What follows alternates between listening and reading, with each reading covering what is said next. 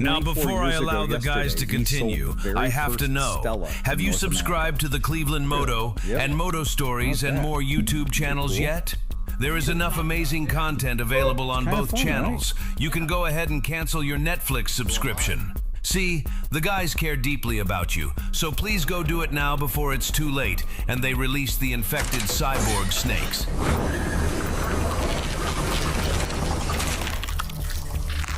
See that Lizzie from the Moped Mafia got her teeth? Me too.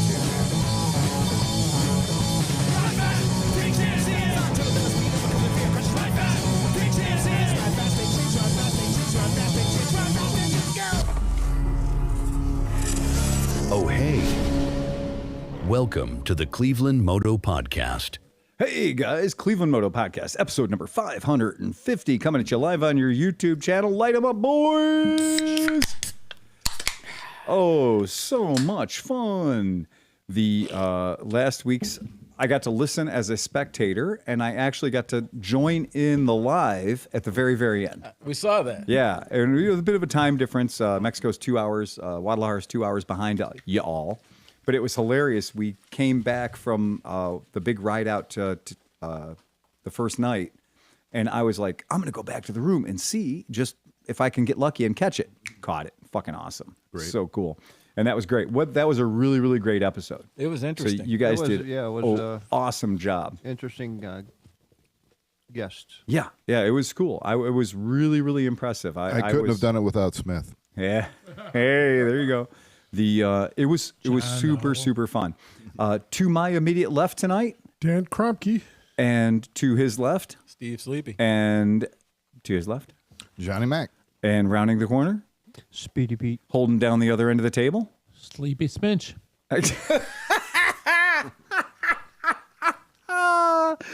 That would be Chris Smith. And behind the bar tonight, Tom Pennington. And your humble narrator, Phil Waters, back from Mexico. Really just want to give everyone the quick update. It was fucking amazing. Absolutely no doubt about it. It was a great trip. I strongly recommend Guadalajara to anybody who's like wants to have the Mexico experience in a place that doesn't take dollars. And they don't take dollars. It is truly Mexico.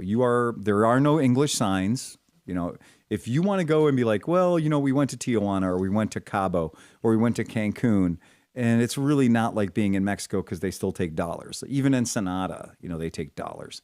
This is a place that nobody's going to be wanting your dollars. There's no dollar tourism-based trade there. So the only people that want your dollars are people going to be traveling into the U.S. Tell us, Uncle Phil. Yes. So, but you can still swipe with a card and it automatically. Swipe with a card, go to the ATM, get your pesos out. You know, just remember the exchange rate. You know, be aware of the system. The exchange rate has taken a bit of a hit. So we used to always say that pesos were 20 pesos to $1. It made the math pretty damn easy. And now it's 17.50. I wonder why it dropped so much. That's a big drop. Yeah. That's a huge drop. And losing 250 pesos on your money, that hurts. And I did figure out an interesting way to do the math. So you do the math when you're at 17.50 pesos to the dollar. You do the math the same exact way as if you're driving a Japanese car. And the speedometer reads in kilometers. 100 kilometers per hour is 60 miles per hour. Oh. Okay? And it turns out 100 pesos is $6. So you literally either add a zero to your math when you say that I've got 100 pesos. That gives me 60 of something US. Add a zero, 6.00 is your dollar amount. It's actually pretty easy. Wow. So if your brain is used to converting from kilometers per hour to miles per hour, turns out 0.6 is a very handy number. To know your 6 times tables in your head makes traveling in Mexico and buying things in Mexico really, really easy. Prices were not like, I'm sure you've all heard like, oh my God, my money goes so far in Mexico. Well, Mexico City is the largest city in Mexico, and Guadalajara is the second largest city in Mexico. So it's not like being there is cheap. You know, we're not talking about being in some little village out in the middle of the hinterlands. This is a place where I kind of looked at some items in the grocery store and looked at some items that were kind of commonly available, and the money wasn't that crazy cheap. Like a $5 item in the States is pretty much a $5 item there, 300 pesos. So yeah, it's an interesting way to go through life, and having that immersion. My Spanish is terrible. I have very, very little Spanish, but being around people that are just speaking Spanish, it forces you into engaging that muscle. So it was cool. A hell of a lot of the people there spoke English. That was great. But a hell of a lot of the people there didn't try. So if you find yourself in a crush of really cool scooter people, usually the people that were like bright and fluent in English would just jump in and act as impromptu translators so you can communicate. Also found a strange number of Italian people and German people that were there for this event because this is Mexico's biggest scooter rally. And it was big, guys. At our DGR last year, we had 212 bikes, and you guys all know what that looks like. Well, they had about 160 bikes. Yeah. So it wasn't a small event, not by at all. I was riding a loaned Vespa PX 150 with a sidecar. It was the only sidecar there. That's going to come into play later. And the sidecar I was being loaned was by this guy named Armando. And Armando was our fixer.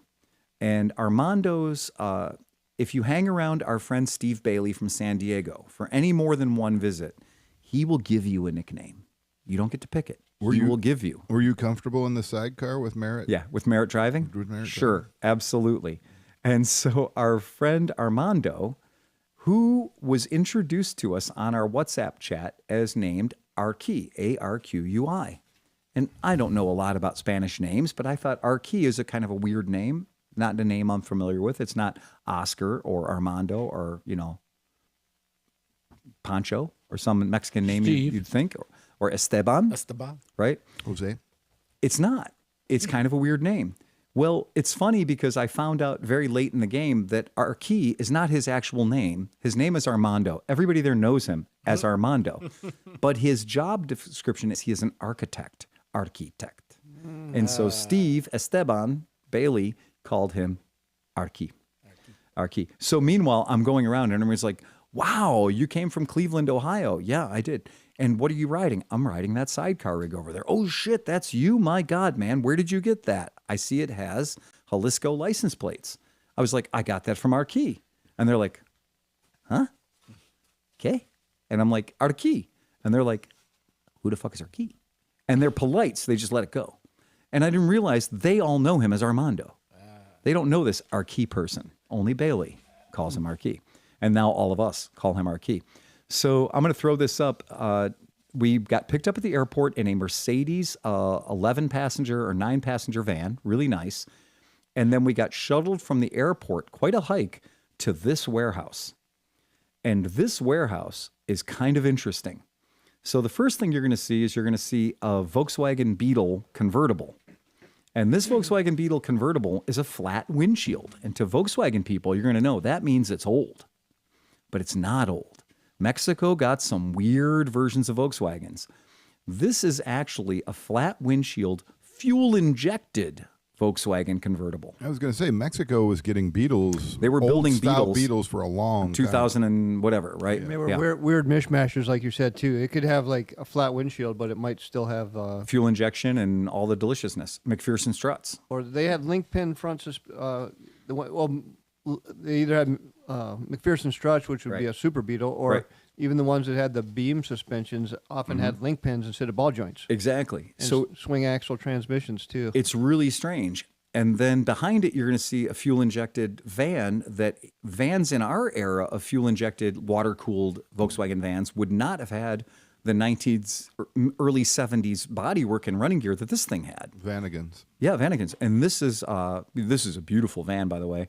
And then way, way back, if you look in the all way back of this picture, you're going to see what appears to be a late 60s Volkswagen. Well, this was a special memorial edition that they did in Mexico using all the Wolfsburg cool running gear, but it's a fuel-injected motor and all that deliciousness. So this was a very limited edition, super rare car that had all the German coachwork and had all the cool Wolfsburgy stuff, but it's a Mexican-built Volkswagen. You're also going to see a Honda Helix front and center. That Honda Helix has got like super low miles, and it has the full Kenwood stereo system in it. So our friend Adam, a.k.a. Surfin' Tarzan, and his girlfriend Nicole, a.k.a. Jane, Adam has only one arm. Adam has only a right arm. His left arm is gone from a bad crash. So he can only ride an automatic. So he was rocking this Honda Helix with the stereo system. And then you see a silver Vespa SuperTech, a GTS 300 SuperTech. Under all that tarp or under that motorcycle cover is a Goldwing. Then there is my sidecar rig, the red sidecar rig. And then there's a BMW R9T. There's a Honda CBR 600 F2 that is in a CBR 600R F2 that is in brand new condition in the purple and red crazy livery. I've gotten interested in CBR 600s for some reason. It is a beautiful bike. And then in the back corner, he's got an Elite 250 and an Elite 150 with a pop-up headlight. He's got a lot of cool bikes, got a lot of cool toys, and he was very generous. He let us use them. So that was fucking awesome. Super, super great. We love that shit. Now, our host, the guy that put this all together for us, is Steve, or Steve Bailey. This is Steve Bailey, or this is Steve and his lovely wife, Stina. They have done so much riding in Mexico, it'd make your heart bleed when they tell you their stories of adventure. Well, they left these bikes, these yellow, painted like the Pacifica beer labels, these Vespa GTSs. They've ridden them all across Mexico, but what they're doing is they are abandoning them in their friends' houses as these bikes travel south and south and south and further south in Mexico. Well, these bikes were abandoned in Puebla. Puebla is the place where the Cinco de Mayo actually started. That's in Colorado. Different Pueblo. And so Puebla is where these bikes were. So they had to go in. They left these bikes in Puebla before COVID. That's a long time for some bikes to be sitting in a garage. So they had to go in. Now we're going to find out what Mexican gas is like. They had to change a couple of fuel pumps. They changed some fuel injectors. They got the bikes on the road, and they rode them from Puebla all the way down to Guadalajara, which is an extra bonus trip, 2 days on the front of the real adventure. So that's our friend Steve Bailey, a.k.a. Esteban, a.k.a. Bailey. Very, very cool dude. Much, much love. Now let's talk about the bikes you're going to see down there. It's going to be a hell of a lot of P-Series Vespas and a hell of a lot of modern shifters. You're not going to see, the oldest bike that we saw, I think, was a Rally 200. So like a 74, 75, 76. Rally 200 was the oldest machine that was there. The bike in the middle is just your standard run-of-the-mill Vespa S. They're the cheapest Vespa S150s you could get. They're the cheapest, modern automatic. But look at the patina paint job. And this patina paint job appeared on more than one bike. And this GTS is a really good example of like a badass patina paint job. There are parts of that bike that are plastic that has the rust spray painted on. And just really cool what they're doing in Mexico to make their bikes look badass. You know what's funny? Yeah. So like it's a super modern Vespa. All the hot rod shows I have to go to have these dudes with patinas. Mm-hmm. And like I think it might work better on a scooter because there's less of it. Because when you get to a car and you paint it on, it just never looks right. It never looks right. It looks terrible. And this on the rub out areas, like where your body would be rubbing against the paint, is all rubbed out real nice. And it does look really good on this bike. Yeah. This bike looks super cool with that patina or patina paint job. So really fun. I mean, just a really great rally. Hats go off to them because they've really figured it out. They got so many sponsors. Look, Tom, cyber scooters are rusting. Cyber scooters are rusting. Indeed. Yeah, it was really fantastic. The camaraderie, the love there, super strong, super, really, really good vibes for the whole thing. They've been doing this rally for 30 years. So it's a neat thing. The place that hosted us was in like our big party, our big Saturday night party was this outdoor party center, giant swimming pool, inflatable water slide, inflatable slide, mechanical bull. That's legit. That was real. At least 4 ska bands that never stopped. Hell yeah. That never stopped. Food that was the true, whatever they call those cauldrons of meat. They had like 12 cauldrons of meat, and they had an abuela there. They had this old lady there who was making tortillas by hand, like from the dough, and straight from the dough and she's knocking these things out like 5 a minute. And she probably was somebody's actual grandma. Oh, for real, 100%. Yeah. This is a family operation. Yeah. And so as soon as you could walk up and muster, I want 4 tacos, then you got to pick out of the 12 cauldrons what your flavor was going to be. And they had vegetarian stuff. They had elotes. They had corn, cheese, everything. It was outrageous. It was really, really neat. Their generosity and the food prep was just outrageous. Plus, you're in Guadalajara. There's no bad food. Everywhere you go, the food is astronomical, off the charts. It was great. Only bad water. Well, and that's the thing is bottled water is everywhere. So like we asked people, we're like, okay, hotel, can we drink the water here? No. But the most restaurants and places will have the giant jugs. They'll have the 10-gallon jugs or whatever, fresh, clean water, and you can rock out with that. So not a problem. But it is it hurts your soul to have so many bottles of water. You're like, oh, Jesus Christ. And they were giving little bottles of electrolyte water, Pedialyte kind of stuff. Because I will tell you this, Friday when we mustered up to get ready for our big ride out, it was over 100. Oh boy. And I had a Joe Rocket silver mesh jacket with armor. And then I had my Jedi Knights cut on top of that, which, man, I'm telling you, that's the difference between hot and not hot is that stupid cut. Mm-hmm. Right? I was riding in a short helmet with a bandana. Merritt was rocking her full face helmet because, man, the sun is not messing around. Mm-hmm. Now, if you draw a line on a map between Guadalajara and Tequila, it's not that far away. You're like, oh, it's not a big deal. However, there's a problem. There's one road, and everybody's fucking on it. and I mean, everybody is on it. And the problem is everybody means 18-wheelers. Everybody means tour buses because Tequila is what you think it is. Tequila is a massive, massive tourist thing. It is. People are serious about it. And so for the sake of the folks at home. I want to drink tequila in tequila. In tequila. You wouldn't want to not do it, right? So I went ahead and I pulled up the map here so folks at home can see it. This is only a 61.4 kilometer ride, 40 miles, right?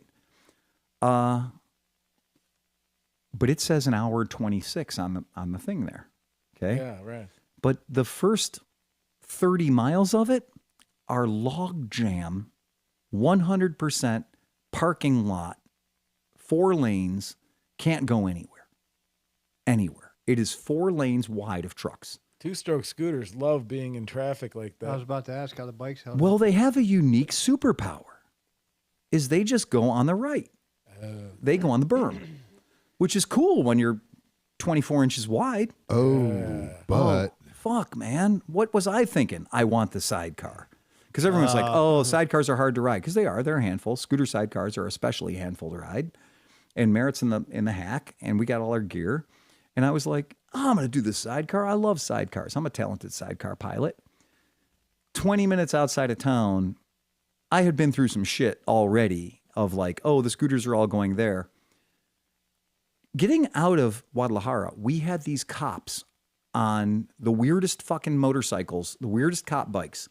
If I say to you cop bike, what do we think? We think a Harley Davidson. We think a ST1300. We think a BMW. KZ1000. KZ1000, right? That's what we think about. No, BMW like 650s, parallel twins, like CF Moto kind of bikes with parallel twin 500s in them. I saw some 250cc cop bikes. I was going to say like enduro bikes. Yeah, we definitely saw that. That's what I always see in Central and South America. Mm-hmm. It's like, it's like small bikes. One picture from Ecuador last year was like a KLR 650, a DR 650, and some kind of a Yamaha or a Honda, all in the same picture. So it's completely wild. Yeah.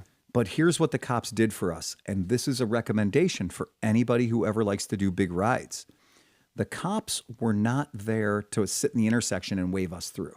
No, the cops rode with us. And every time a car would get into our posse, into our lineup, the cop would pull up, hit their sirens, aim their fingers at the fucking guy driving the car and be like, you out. And they were going up to every single car that just due to the flow of traffic was breaking into our lineup. And they were extricating these cars surgically so that our group stayed together. And this is something I'd never seen. 160 bikes on a 2.5 hour long ride. And we stayed together tip to tail from the front of the pack to the back of the pack. And everybody made it? And well, I did say it was over 100 degrees. Yes. So there were 3 Vespa small frames that I saw that kind of had a mutual assured destruction agreement that anytime one of them broke down, I think they all stopped. But we counted those guys on the side of the road no less than 3 times. But they were like tuned. They had pipes and stuff on them and whatever. And it was bloody fucking hot. So they might have been having troubles as a result of that. Didn't see too much else in the way of shit breaking down, right? Awesome. It was really, really cool. And when you're down this road, you're driving past the volcano of Tequila. I'm not making that up. It's really called the volcano of Tequila. And it's not full of tequila. It's a volcano where the water that gives the weather system creates all the water that feeds all those blue agave plants. So that's the reason they can have all that. Because otherwise it looks like a fucking desert out there. Yeah. But except for there's just millions of acres of agave plants. It made sense. I mean, tequila is probably really flammable. It is pretty delicious. And if you do like tequila, this is the place to go. So it was really just stupid fun. Can strongly recommend Guadalajara if you haven't done it. I had to pull off some straight up magic with that sidecar rig. And there were many times where the outboard wheel of the sidecar rig was not on anything that the government put there. And there was a lot of merit having to like hover. And at one point when we got to the Jose Cuervo factory / tour / whatever, this monstrosity, we parked in an area where the police gave us all kinds of shit. They're like, we went up this little walk plats. Nobody's allowed to be on with vehicles. And I just ignored the cop. He was chasing me on foot. I just kind of like, I don't see you, and just kept going. So then by the time he called all the other cops and they found us, they weren't happy. But our fixers stepped up. Armando, our key, stepped up and he sweet talked all these police of like 4 different uniforms, because cops are crazy in Mexico. There's all kinds of different cops. And somehow or another, the cops were like angry, loud voices. And then it was like, okay, you guys can just park all your bikes there where we were anyway. We didn't get run off. We got yelled at, but we didn't get run off. And that was, I didn't see money but it was cool. And it was cool. But then the problem is where we were parked, cars parked in front of us. So the scooters could get out, but dumbass with the sidecar rig couldn't. So I had to drive the sidecar rig with merit in it on the sidewalk back into the Cuervo factory, through the walking area, onto the sidewalk, back up the sidewalk, and then it's not ADA in Mexico. There's no like ramps for wheelchairs. Well, so then we had to fly the car. Merritt had to jump out of the car and literally pick up the sidecar wheel to put it up on the parking bollards to get out. And I was like, okay, all right. It was tough. It was a challenge. It was not You aced easy. yourself by getting the sidecar. Oh, man. It was really, it kept me busy. Does anybody here know what a cantarito is? Anyone? No. Okay. Has anybody been in a Mexican restaurant and been served a beverage inside one of those clay drinking devices? I'm going to go ahead and pull an image up so you guys can see it. I think I've seen that, but I've never had anything. All right. That's what a cantarito is. And this is a mixed drink. It's mostly tequila, right? And they serve it in a little hand-thrown clay terracotta pot. You know, it's pretty cool. And because in Tlaquepaque, which is actually a real place. Say that again. Tlaquepaque. Yeah, we're not making it up. It's real. Tlaquepaque is a real place. They actually make these clay pots, these little jugs. But cantarito is a major tourist stop if you're going to Tequila. And the reason they're a major tourist stop is their claim to fame is the world's largest cantaritos that you can order for your table. And go ahead and throw this up. Oh, man. Come on, Phil. We can do better than that. I'm getting marketed with an inch of my life. Come on. So it's like a big one of those cups? Big doesn't quite wrap it up. Okay. So big would be one thing. Okay, go ahead. So is this like a Porco size cup? This is a this guy size cup. That's a terracotta planter. Yeah. That's where the baby agaves start. It's 5.5 gallons. Okay, then. And you got to drink that? There's 4/5 of tequila in there. Oh, no, you can't drink that. They should have just added the fifth and put a whole tequila in. That'll kill you. Tequila. That was fucking good. It's so much booze. Chris slept through my best joke. And I know. the layout of this place is that it's definitely, it's like if somebody said, hey, we're in Tequila, Mexico. You know what would be great? Oktoberfest. Because they built the tents, and they're all beautiful,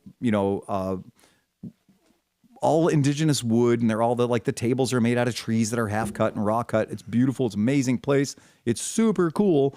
But the reason this place is there is because they will serve you from a normal size half-liter portion, 16 ounces, give or take, like a human-sized one for like $3, all the way up to that cocksucker for what is, with the U.S. exchange rate, $300. Wow. Ouch. Yeah, but if you divide it up 60 ways, it's not that bad. Yeah, right. Because it is like 60 servings. It's insane. It needs to have a tap on it. Well, it comes, you dip into it. Okay. It comes with a ladle and you dip into it. Okay. Now, it would be one thing if I said that we went there and one guy got the hero award and everybody clapped him off because he bought one of those. There was one of those being sold about every 45 to 70 seconds.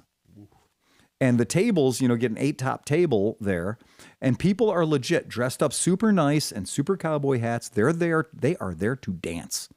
And mariachi bands come on every 20 minutes, 30 minutes. The music never stops. There's all kinds of food there. But when you see a human being come out to the table next to us, very reasonable, 5 liters. It's a gallon and a half. That was a 5-top. They had a gallon and a half. This is the kind of place you go when you do not plan on leaving. So we know there's tequila in it, but what else is in it? You can have it built out any way you want. Okay. Okay. So they have a menu board, so you can have any of your different types of tequila that you might like. You can have your different mixers that you might like. Right.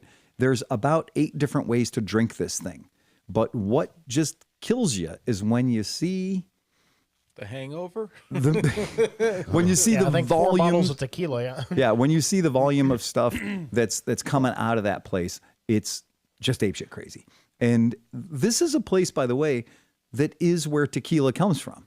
So even if you're just walking down the street in Tequila, there are people handing you beverages constantly, samples.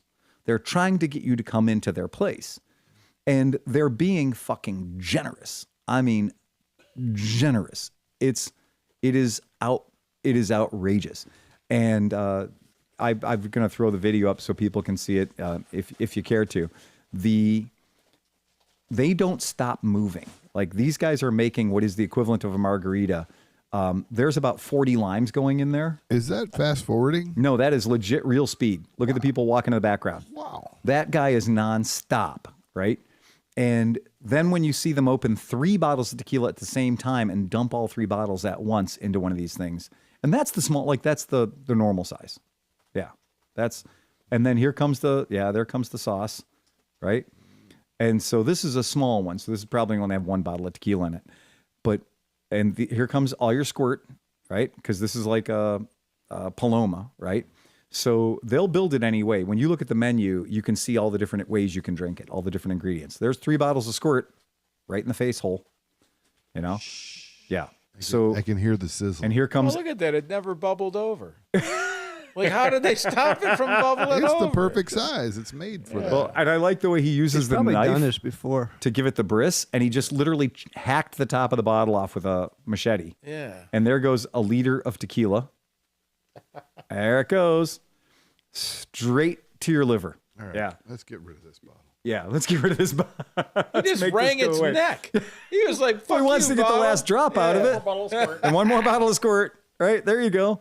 And that's it. And that's what they do hundreds and hundreds and hundreds of times a day. Was that iced or? Just, It's iced, yeah. Yeah, there's ice in there. And it's bonkers. And you can order it with or without ice, depending on, some people come in with a bag of ice and they'll just order it without ice. I think we found our Bandcamp drink. Oh, it's crazy. And look at this stupid thing. It's bonkers. It's so much booze. We've got that Igloo cooler. I think that's what this is going to get. Yeah. And it's funny because, you can batch this out ahead of time if you want. You have to make it in an Irish version, though. Oh, no. Oh, yeah. Right. Oh, no, I meant for Bandcamp. For Mid-Ohio, we'll do a Jameson's. Yeah. Yes. So it's so funny to watch it. And when we left Tequila, we were like, okay, we've had a long day. We've been drinking. We've had our day. And I'm just wanting to think about the 2-hour ride back to Guadalajara. And I'm ready. And at this point, the temperature dropped to about 98, right? And so we were like, yeah, okay. And then we see Armando pull off to the side like he had a flat tire. And I was like, why is he pulling over? We've only left Tequila like 5 minutes ago, 10 minutes ago. And it was for this fucking place. And we had no idea. And so they ordered charcuterie boards. They had all kinds of food come out. And then next thing I know, it's these cantaritos, these fucking things. And damn it, man, they have a special sink just for throwing up. Nice. Ew. The vomitorium. It is. It's what it is. So yeah, it's a crazy, crazy thing. And I've always said, if it's a summertime and I'm drinking, my preferred drink is tequila because you get the energy. It doesn't give you the depression. It's pretty amazing stuff. But now, dudes that were there, right? Yeah. Like not your scooter buddies, but like the regular the other guys. 1,800 people that were there for Oktoberfest. Was there a lot of boots with the big toes? Oh, 100%. And absolutely. So they're getting really drunk, and then they're walking around with the big toes. No, they're not walking around. They're dancing aggressively, hard, with women. And like moves that they've been working on for generations. Yeah. And the band fires up, like an 8 or 12 piece band shows up with all the brass instrumentation. You can't be mad with the mariachi band. It's Oktoberfest. Even the music sounds like Oktoberfest. Really? Because of all the horns and the... Oh, okay. Yeah, exactly. Horns and accordion. I've never... Exactly. The crossover is amazing. The crossover's insane. Oh, okay. And so then a guy that was there was like, oh, do you know there's like an entire tribe of German people that moved in here hundreds of years ago, and they're pretty sure that's where the instrumentation came from. Pretty clever. That makes sense. It makes perfect sense. So it was bonkers. And it's one of those things that if you are thinking about like, I want to do the tequila train or something like that, do it. Just fucking do it. If you like tequila, you will love tequila by the time you're done. You'll get on the train in Guadalajara. You'll out to tequila. You'll do all the funny, stupid shit in tequila. It is... Here's the thing. No American tourists. No. But there's a shit ton of Mexican tourists. So all the people that live in Mexico City and places like that, this is where they go to get in touch with the nature and to be part of that party. It's cool. I didn't like tequila until Bandcamp last year. And then that was called Cantarito El Cuero. When you say get in touch with nature, is that when they get hammered and get naked and run through the field? It's like, It's pretty crazy, man. Yeah. It's pretty wild. We weren't there at night. We were there at, I think when we rolled in, it was like 4 p.m. and the place was pretty chill. It was pretty mellowed out. We left at about 6:30 and it was full on rager. So like the 2.5 hours that we were there, it went from being like, this is nice. That's my favorite. To being like, wow. I love going to places like that. Like when a lot of times we go on our rides on Sundays, we go out to that Twin Oaks place or whatever you guys would go out, remember? And we'd get there and it'd be like not many people. No. And then by the time we were leaving, like the band was playing, people were everywhere. It's kind of fun to watch that happen, to watch it grow. It is fucking hilarious. So yeah, if you get a chance to check it out, the Cantarito El Cuero is fucking cool. Yeah, it's really neat.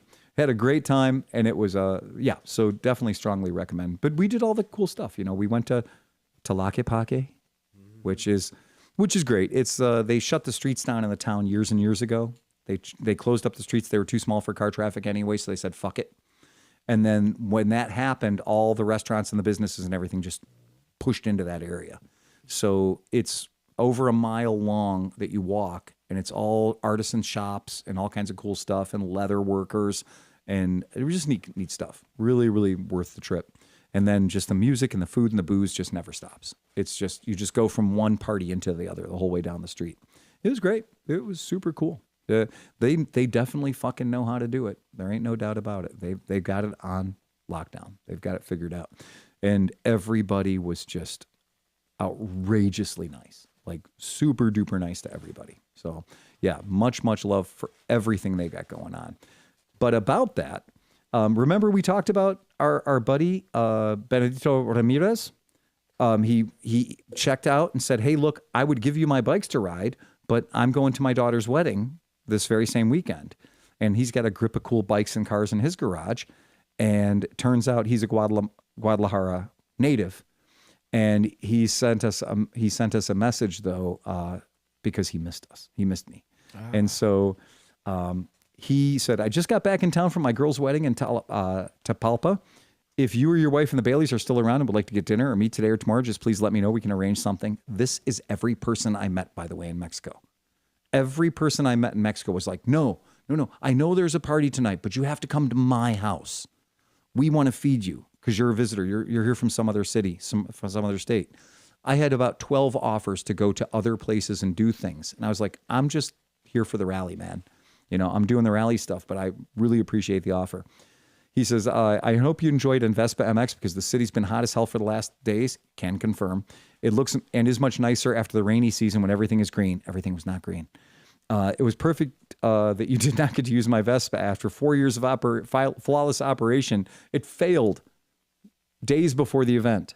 Oh, man. Thankfully, it did just as I was arriving to my house. It's dumped gas all over my garage.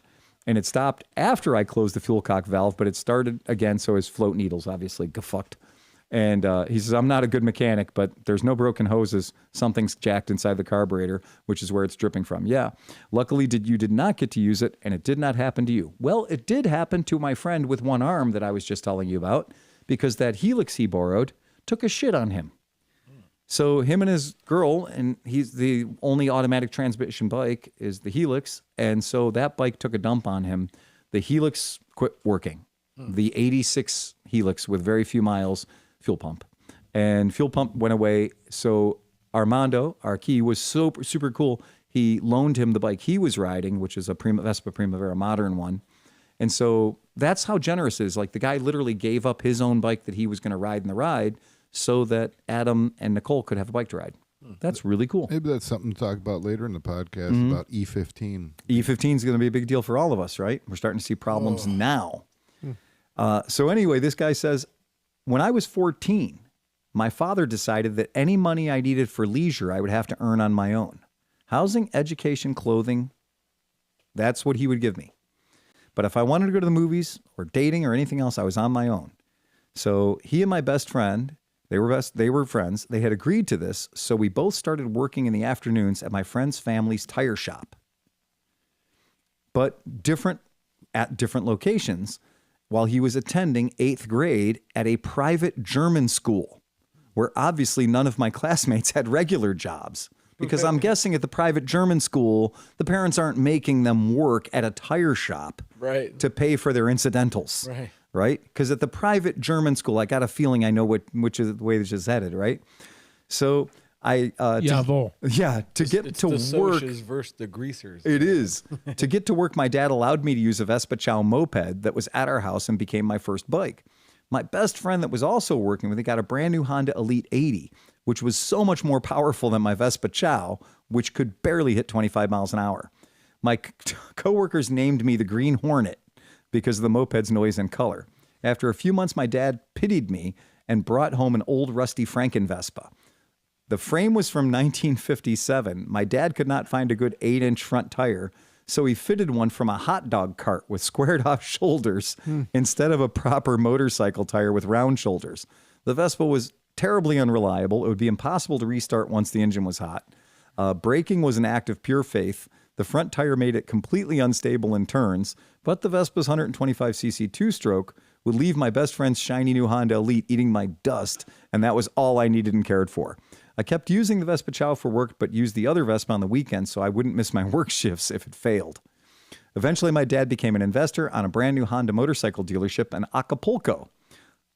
If you know about Acapulco, you're going to know why that's a bad idea, because Acapulco used to be fancy. And then it became not so fancy. A terrible business that lasted only a few years, and new motorcycles arrived to my home. A Honda Elite 150 was my third motorcycle, which I then used not only to get to work, but also go to high school, and a CBR 500, which was not a bike that we got. He said, yes, we had that in Mexico and Austria. the 1987 CBR 500F instead of the CBR 600, which I used without my parents' approval on the weekends. The old rusty and unreliable Vespa became forgotten and one day just disappeared from my house. A few years ago, I asked my dad what happened to that Vespa, and he told me that because I stopped using it, he decided to give it away to Juan, a driver that had worked for many years at his construction company. I knew the guy well, but after so many years, I'd lost track of him. After researching, I found out he was still working at a local gas station with one of my dad's previous business partners. I went looking for him. I left him a note at the gas station. He called me right away in the afternoon. Flacco, skinny, a nickname he used to call me when I was a kid. Where the hell have you been all these years? I asked him about the old Vespa, and he told me he had used it a couple of times, but was just about to kill himself once and decided to park it for good many years ago. It was still stored at his small house, and he'd paid for license plates until the year before. I asked him if he cared to sell it, and he immediately replied that he would give it to me for free, as it was originally a gift to him from my father. Probably a good idea. Probably made him live a little longer. So I went and looked at it. It was not in good shape, but not much worse than I had used it back in 1985 through 1987. I gave Juan some cash as a sign of gratitude and helped him out. And I thought fixing the Vespa would be quick and cheap. God, did I have no fucking idea. Yeah, no shit. Yeah, just a little light duty restoration here, right? Yeah. I took it to a cousin that had fixed an old VW Bug for me and that also worked on vintage motorcycles. He did a good job on fixing all the cosmetic parts, but eventually had to take it to Jose de la Torre, a local legend among the Vespa fans in Guadalajara, can confirm, who had all the mechanical parts worked and fixed properly, obviously spent a lot more than my original budget. So the Vespa I showed you in my previous email is not just any Vespa. It's the same one that I used over 40 years ago. I managed to recover it, and I'm attaching some pictures that I have from Juan and from the original, the final original shape of the Vespa. So here we have Juan, right? So there you go. And that is definitely an 8-inch wheel with 4 lug nuts. Weirdest thing, though, that is not the right frame. Tom will tell you instantly that headset is like a 50s, like early 50s era headset, and that frame is an 80s frame. So this is a Frankenbike, if ever there was one. Yeah, this is a mix match of parts, and there they are. So this is pretty cool that he got to, and there's the bike when it's finished. So pretty fucking neat, man. Pretty cool. That's a great story.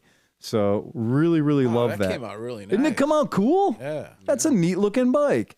And for being a Frankenbike that had like a mid-80s, replacement frame put on it, it looks really cool.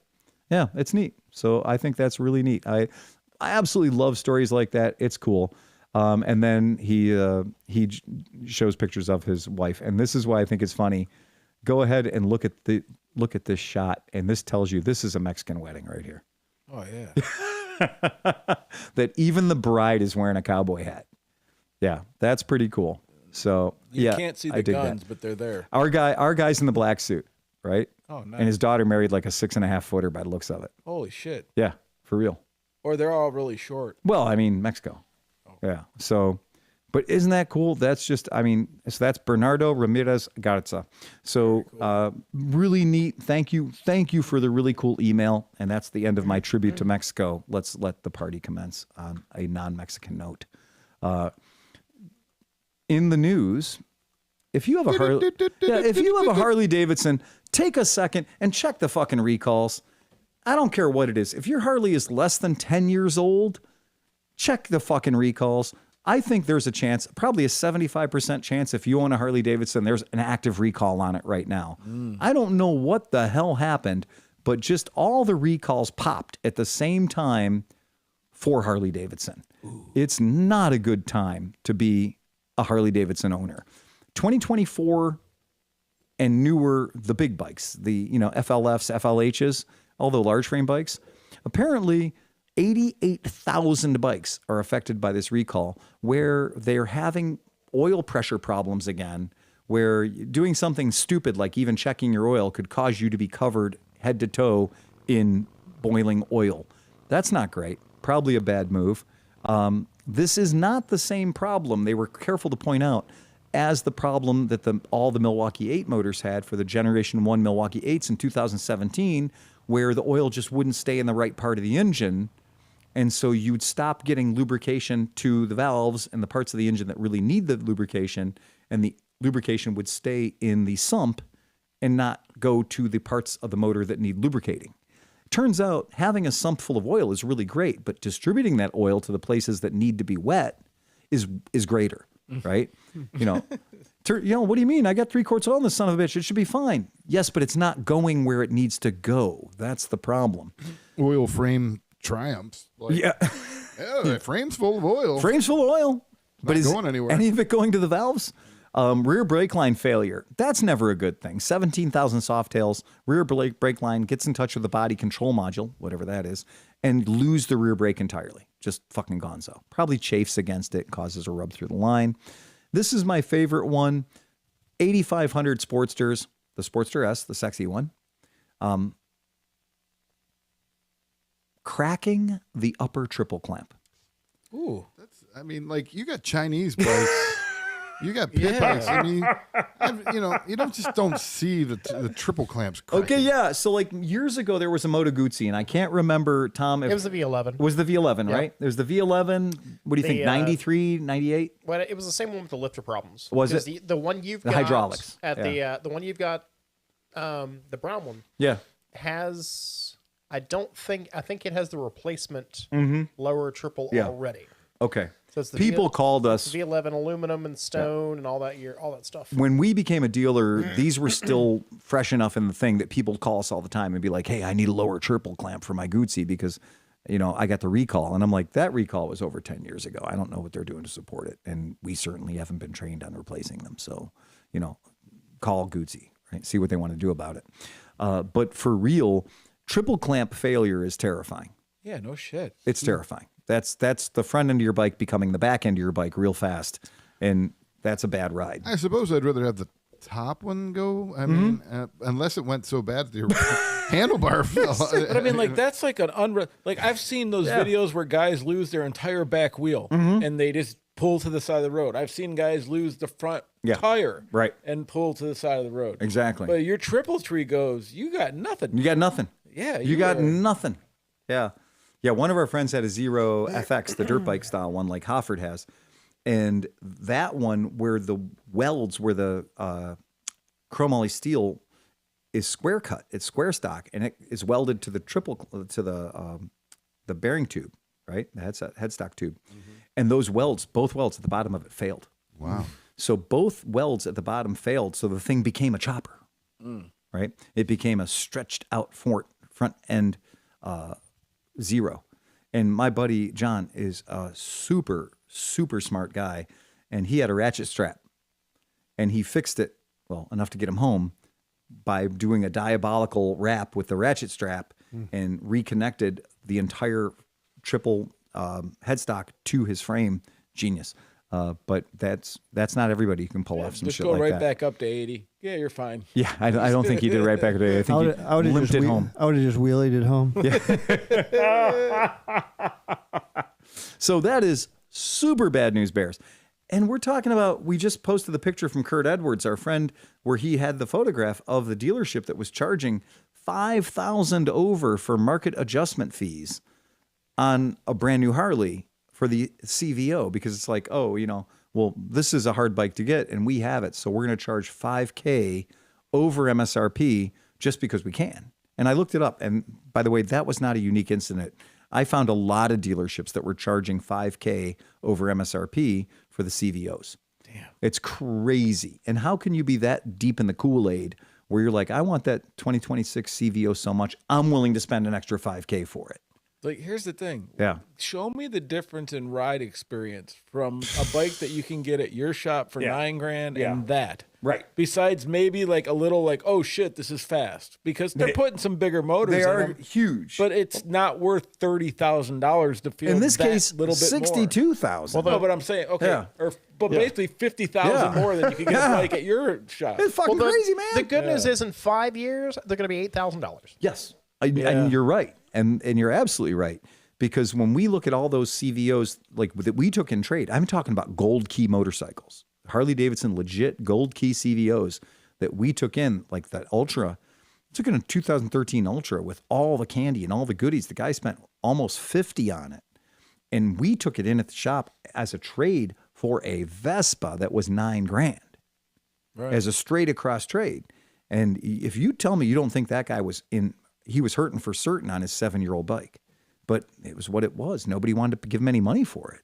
Terrible. Think about those poor guys like we saw at the Piston Power Show that did the big wheel speaker box motorcycles. Have you watched any of those Barrett Jackson auctions for those? Oh, yeah, it was terrible, right? Oh, my Lord. For those big donks with the big wheels on them? Yeah. They're going for like $6,000. Yeah, nothing. Yeah. It's the new Sucker Punch Sally or OCC chopper. Right, yeah. But I mean, like that one guy said, I was walking by, he had 125K into that bike. Yeah, that's And I'm disgusting. like, that thing's going to be worth $5,000 in a like you're going to see it on Craigslist for $5,000 in like a couple years. And it's now, and I'm not disrespecting the work that goes into them. Those dudes do amazing work. Like all the paint was wonderful. Like it was beautiful looking bike if you're into that kind of bike. Yeah. But it just hurts my brain. Like going into it, you're just throwing. You know, it would depend on why you built it. Were you building it for yourself and that's what you wanted? Yeah. Or are you secretly in the back of your mind like, I'm going to build this badass bike and someday I'm going to sell it for money? You know, like. Yeah,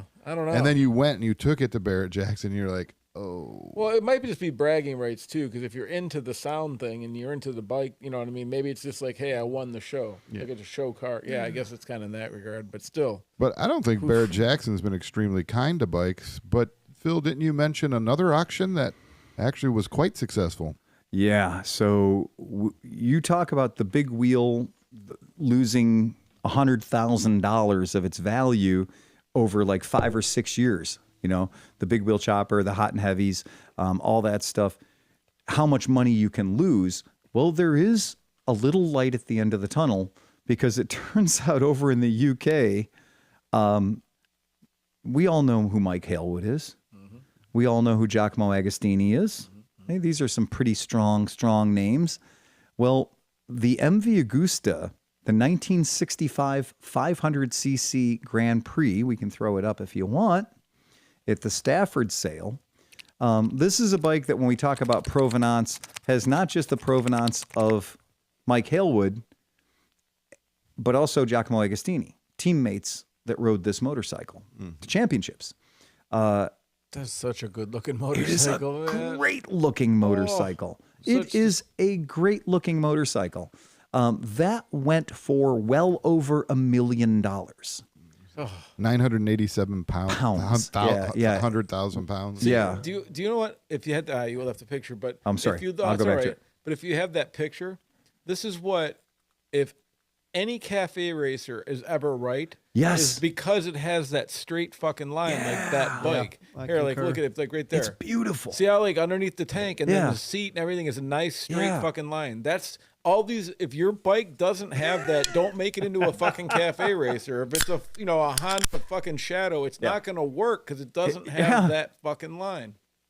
That's important. How many cc's is that? What's that? 500 cc's. All right, that's like $2,000 per cc. It is a lot of money. That's out of my league. It's a whole lot of money. And, we've seen... I'll take the 1cc bike. Please. Right. We've seen the Honda RC 166s. We've seen those bikes go for big money. But $1 million, like clearing the $1 million mark, and at current exchange rates for, pound to dollars, that's $1.3, $1.5 million, right? For that particular bike. It's crazy. And what I think is bonkers is that they really did. They thought for sure it was going to sell for between 160 and 220,000. Wow. So they must not have even set a reserve. Whatever they did, it just shot right past it. 967,000 pounds. I mean, that's fucking crazy. And man. where is it going? Like, what's happening to it? Let's find out. Like, Museum. was it Ann Dude who bought it, or was it a museum? It's going to be a museum. Yeah, it's going to be a museum. But it's just, oh my Lord. But that's still a lot of money for even a museum to pay. It's a lot of money for anybody to spend unless you have all of that money. And it's gorgeous. I mean, obviously. Unless it was like a private museum of a racer or somebody who's like, look at the butt on that thing. It's gorgeous, isn't it? It's so simple, but it's beautiful. It's simple, but it's beautiful. I think it's okay. There are other bikes that I like more. Well, if this was the Honda 6-cylinder, yes. Well, I just showed him a picture of the Honda CR750. Yeah, it's always been like, absolutely gorgeous bike, and easier to maintain, easier to live with, easier to do everything for because those are parts that exist. So that is a lot of fucking money. Don't get me wrong. That's a ton of money. But that is a 1965 GP winner, classic championship, Isle of Man bike. That's all the things. Giacomo Agostini, obviously, Barry Sheen. That is some really, really, I'm sorry, Halewood. That is a really, really cool bike. But then for Sleepy, I got this. This is the one. The RG 500. Don't call it a Gamma. It's the XR14 raced by Barry Sheen. Oh, yeah. Right? 1977. Magnesium wheels, Campagnolos, triple disc brakes. For 1977, some pretty spicy fucking technology. And what a difference, by the way, between 1965 and 1977. Look at these two bikes. Yeah. What a difference. But you know what was crazy? Like when you look at these race bikes like this thing, right? Yeah. And the sponsored by Brute 33. Right. But the fairings on it and stuff. One of the reasons that I liked certain sport bikes over the years was that even the ones that came from the factory still just kind of had normal fairings that you could just, like race fairings almost. Race fairings, yeah. Instead of like the ones that totally encompassed shit. Because it just felt more legit. Like, you know, like even the ZX7, the ZX7Rs had like this thing's a bag of Zeus fasteners, you know? It's like, it's all the cool things. It's just everything you'd ever want. Oh, that thing's dope. Yep. Barry Sheen's race bike. Can't get any cooler it's so than that. Crazy because if you look at that and you look at like, you know, whatever the closest factory motorcycle of the time was, it's not that different. And now you look at a MotoGP bike and a fucking whatever the closest, well, there's nothing. This is a two-stroke, four-cylinder. No, I get it, but I'm saying, but like wild. the running gear. I mean, okay, the engines, but like you look at the wheels, the brakes and everything else, gear, all that stuff. It's like pretty standard fare. I love the giant bubble sometimes, like, and it started with like Mad Max with those bikes, and they had those big giant bubble. And it's like, the slipping on the MGO Viper fairing on any motorcycle in the world instantly makes it cooler. Way cooler. Yeah, much cooler. Now, then if you get to the Rickman level, then it's fucking orgasmic. Yeah. Any fucking bike with the Rickman. I got a buddy who collects them. Yeah. And this sold for £500,000, which is about $750,000 in our money, right? And that's amazing. I think I had a certain model. Auctions are going crazy. Yeah. I know I had a whole bunch of Tamiya bike models I made like years and years and years ago, and I swear I had that as a model. It would be wrong if you didn't. Yeah. Yeah. If in 1977 I was making a model kit of a race bike, this would be the one I would make, undoubtedly. these are provenance though too. God, like, it's such provenance. It's not just a really nice, like the Skull Bandit Gixxer that sold for $3,500. Oh, I know, that fucking hurt me. Yeah. I would have figured out a way to pay for it if I knew it was even going to be close to that. Holy shit. This is one of two. There were two of these bikes built.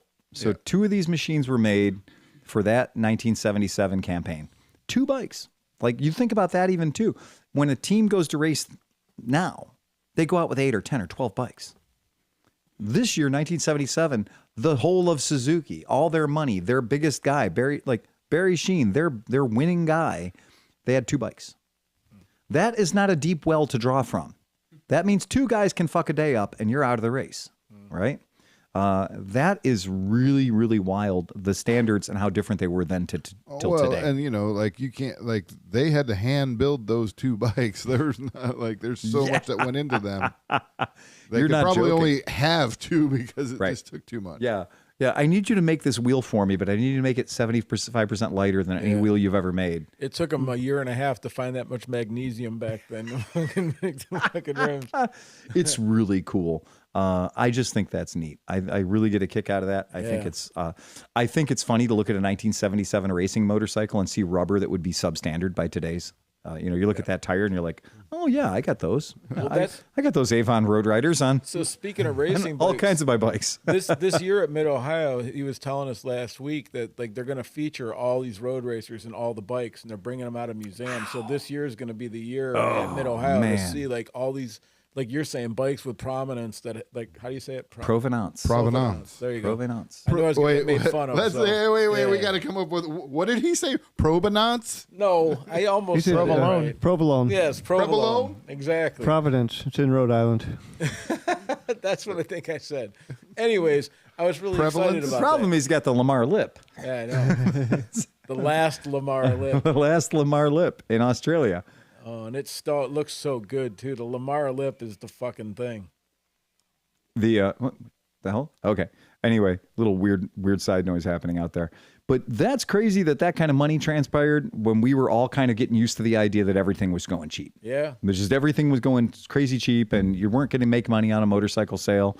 And these guys just come out and just like hold my beer and watch this shit. But it's not the motorcycle. I think John's right. It's the history. It's the history. It's the history. It's Agostini. It's Halewood. Provolone. It's Sheen. It's a provolone. How'd you like to be the guy that bought that motorcycle like 3 years ago? And then you sold it for like $100,000. This guy thought he was going to flip it for 150 or what he said, and it goes for $1 million. Yeah, they did say that the one bike had been, last time it had crossed a bench was 40 years ago or 30 years ago. Okay. So it'd been hiding for a long time. But when you bring something like that out, there's always going to be that guy who's just going to be like, oh, $1 million? Okay, I want to have that. I'm not going to say anything about it because I promised I wouldn't, but I met a dude that has a car that after all this research and stuff and looking into all this shit and like who he got it from and even the whole story on that is insane. And then it's a race car from a certain thing. And like another one that was close to it recently sold for almost $8 million. What? And nobody knows this one exists. So he's like, he lives by me and he's got it under wraps. Well, yeah. And he has a hot rod shop. So he restores shit. So right. He's not some schmuck. Right. So it had some damage and they're fixing it in the way that they would made the car. They would have fixed it then. Right. And I mean, so this thing is going to debut in a couple years and it's going to come out of nowhere. Right. But it has all the paperwork. Right. You got to be able to prove that it was what it says it is. Yeah. And it was one of 12 made of these. Yeah. Of this particular car. Yeah. And so it's going to come out and it's going to like I said, this other one is a well-known one, $7-some million. And this is like, everybody thinks the collection's done. And it's not. And this is going to fucking come out of nowhere. Oh, that's going to be really It's going to be Bucks Deluxe. Yeah. It's going to be outrageous. And then on to the other topic per the show notes. Okay, we all know if you have an owner's manual in your motorcycle, it says to get your oil changed every 3,000 miles or once a year, whichever comes first. That's what John does. Right? Yeah. There is no question when you have a book and the book tells you when you should get it serviced. Now, that being said, I happen to own a Honda CRF 250F. And it's not an on-road motorcycle. It's an off-road motorcycle. And so it says how many hours of use I'm supposed to be able to do before I do certain levels of service, certain things for service. Now, what makes this a little complicated is that nowhere on the handlebars of my bike do I see an hour meter. Okay? This has been an issue for me since I had my first Honda MT Elsinore, right? Is that the book says on certain numbers of hours, we should have certain types of service. But unless you're the only 14-year-old in America that's logging how many hours you're riding your bike, you don't know, right? And you can buy digital hour meters. Sure, you can put a digital hour meter on your vehicle, and for every hour the motor's running, it just sits there and tabulates and calculates and tells you how many hours the bike has been going down the road. But if you have an off-roady kind of vehicle that says, okay, 90 hours, do this particular service. Well, I ride like Grandma fucking Walton. Like when I'm on the dirt, I'm not out there ripping and tearing it up. I'm a 56-year-old guy in the dirt. I'm trying not to get injured. My whole goal in riding in the dirt is to come back without broken bones or holes in my body. Right. And I'm not exactly super successful at that based on the amount of metal in my leg and based on the scars and stitches I have near my dick. Okay, we know that I can tend to get hurt on a dirt bike. In fact, most of us here at the table have seen that happen. So I do tend to ride them really, really, really carefully. I had you hurt on me. Right. Well, this is the idea, is that if you give me a dirt bike, a 250cc dirty dirt bike, and you give another guy a 250cc dirty dirt bike, the one I'm riding, when you take the oil out of it after 30 hours, the oil's going to look pretty fucking new. And the guy who rides it like he's stolen it after 30 hours, the oil's going to be pretty well fucked, right? So there's a massive difference. Unlike with a street bike that just simply says in the owner's manual, change the oil every 3,000, 4,000, 5,000, 6,000 miles, or once a year, whichever comes first, which at the shop, we can tell you bikes come in today that's a 16-year-old bike that still hasn't had its first service. Can confirm 1,200 miles, has still the factory oil that left the factory in the bike. You know, way to go, hero. The good stuff. The good stuff, right? And we've also had the people that have said, okay, well, I noticed the last time you were in my shop was 12 years ago for an oil service, right? So you owe us some money. Why haven't you been here in 12 years? Well, it's said to get my second service at 6,000 miles. And I'm not at 6,000 miles yet. Well, no, you're not. But every piece of rubber on your bike is 13 goddamn years older than it was last time you stopped in. I just did a fuel pump and a first service on the same bike. On the same bike. That's 500 miles. Exactly. How the fuck? Okay, the fuel pump is supposed to be something that dies after a dozen years. Yeah. The 500-mile service is supposed to be something we do 2 weeks after you buy your bike, right? It's supposed to be 2 or 3 weeks, maybe a month after you buy your bike. And it's people, you know, I don't want to bring this bike in. I just got it a month ago. Well, but we got to make sure that all the people at the factory did their job right. We have fasteners that do heat and cold cycle, and those fasteners become loose when they heat and cold cycle. So they all need to be torqued down again.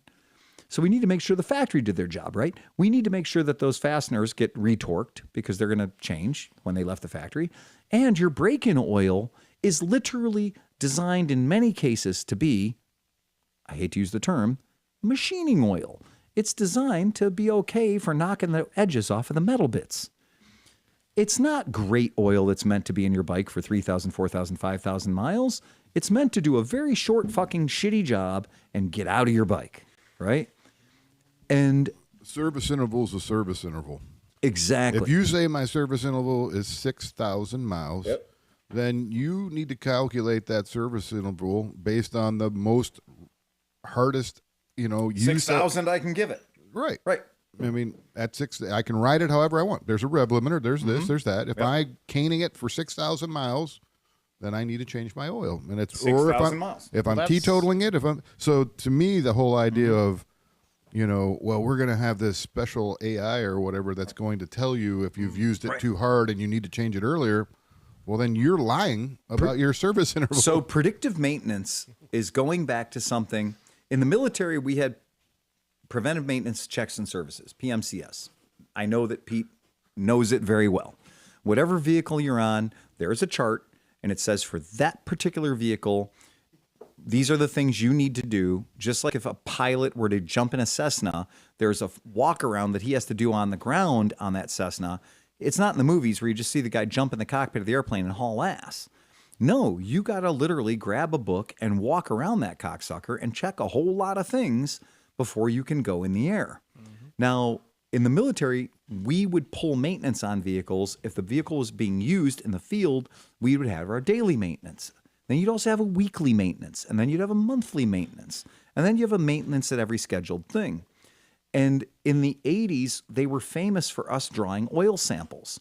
And we would draw oil samples from our vehicles, and we would submit them at the times between big, heavy scheduled services. And then BMO, Battalion Maintenance Organization, would be like, oh, hey, we looked at your oil sample.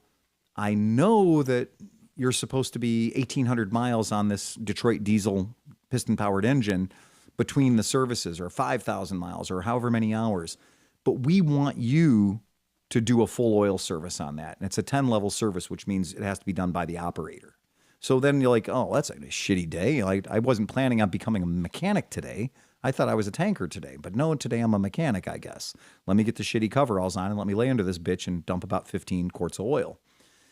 But that is them, the military back in the 80s, saying, we looked at your oil, we did an oil analysis, and we discovered that this machine, due to its age, because it was probably built just after the Korean War or just before the Vietnamese War, and it's probably lived a lot, 30 years longer than it fucking should have, right? But the Army doesn't want to buy a new one, so they're going to do everything they can to keep this ancient fucking thing on the road. And as long as it keeps the smaller bullets away from the guys inside, everybody's happy. Phil, fix this shit. Fix this shit, right? So Ducati has got predictive maintenance, and this is for their 450cc dirt bikes. And we talked about now how Triumph has dirt bikes, Ducati has dirt bikes, and people you didn't expect have dirt bikes. So, behind you, we're going to deliver a Shankies? Okay, delivering a Shankies. Shanky's alert. We have a Shanky passing through the table. Everybody's got to take a smell of it. Yeah, that's what I was going to say. Yeah, it definitely passes the smell test. Thanks, Tom. Yeah. So I can understand this if you have the ECU on board that can do this. Knuckle fresh. And if it can detect the difference between the way I ride my CRF 250, which is so passive. I'm waiting for the attacks. Thank you, I was Tommy. attacked violently last week when I mentioned I'm this. just waiting to finish. It's Phil. okay. It's okay. I'll attack Phil too. Right. I've already said I hate this. And you have a link. So I love it. They're making an app for your phone, and I can also tell you that if you have a BMW, you have an app for your phone. If you have a Triumph, you have an app for your phone. If you have a Ducati, you have an app for your phone. They've made apps for all these things. Yeah. I don't think so. And I'm sure Ducati will not have any access to that information. Oh no, I 100% guarantee that is the number one thing. When That's the we reason talk they're about- doing it. When we talk about anything that there's an app for, his Subaru, my Ford, right? You are in constant communication with the home office. There is a cellular data chip on that board, on that computer, on that ECU that if I'm getting close on an oil change, I'll never have to look at the odometer again in my life. You just voided your warranty. My Ford tells me at what percentage I am of my oil change. We see that on Saturday you ripped your 450 for an hour and a half at rev limit, and now you have exceeded it. So now we told you via this app that you were supposed to change your oil and do a service. Yep. But you ignored it you just treated it as a suggestion because there is a normal service interval that's supposed to be there. Sure. But we're not, you're going to get fucked on that. Right. And this is where I think it's interesting. Ducatis have historically had a very aggressive service schedule. And by aggressive, I mean $sign aggressive. Super, super aggressive. And what I think is interesting is they were saying based on Alessandro Lupino's use of the bike, they said it's possible to postpone the servicing, later in the thing by using your bike in a more sedate fashion. Okay. Now, their interval is based on a mid-service, which, by the way, includes replacing the piston. I screenshotted that part. Did you? Did you look at that? The mid-service, which includes piston replacement and valve clearance checks, can fall anywhere between 45 and 60 hours. Yes, exactly. But that's a dirt bike. I mean, replacement. Piston replacement. Yeah. That's the Piston mid-service. replacement at the mid-service.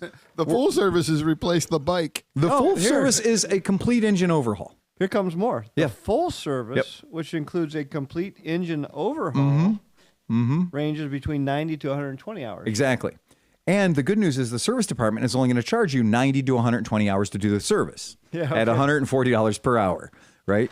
And if you're averaging 25 to 30 miles an hour because per hour, road, right? You're not going. That's not a lot of miles. It's not a lot of miles. Yeah. It's not. And so, and this thing is going to. It's never going to predict that you need service after your interval. It's always going to predict that you need it sooner. Well, I think sooner. That says maybe, and I'm willing to give them the benefit of the doubt because they did use in this description, they did say range from 45 to 60. So if I'm the guy driving it, Mr. Slow Pants in the dirt, then okay, I'm going to get 60 hours. See, John, I mean, I don't get me wrong. I do believe a lot of people are nefarious, whatever, right? Sure. But I think if you look at it, if the thing actually works as it describes, right? Right. They're going to save themselves a lot of warranty claims. They're going to save themselves a lot of people blowing shit. They're not doing it for you, so I agree. They're not doing it for you. That's my point. So what I'm saying, but at the same time, for somebody that likes to take care of their bike like me, my Chevy. Those people don't need that shit. They'll just change their oil. They'll go out and ride it, and they'll change it every time they ride it. But hold on. They know how many hours they put on their bike. Raise your hand at this table if you know what the warranty is on this Ducati Desmo 450 MX. Does anyone at the table know what the warranty is?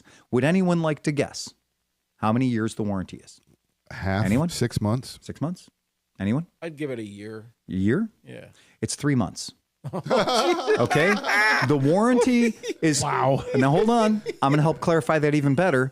The warranty is 3 months or 20 hours of engine operation.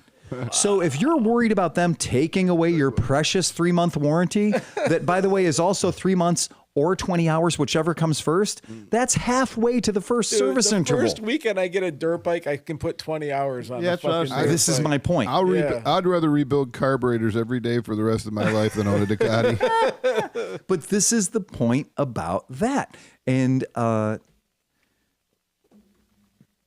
you have to understand when they're giving you this thing and they're like, oh, that's so they can take your warranty away early. They're barely starting you with one. Yeah. You got 20 hours, right?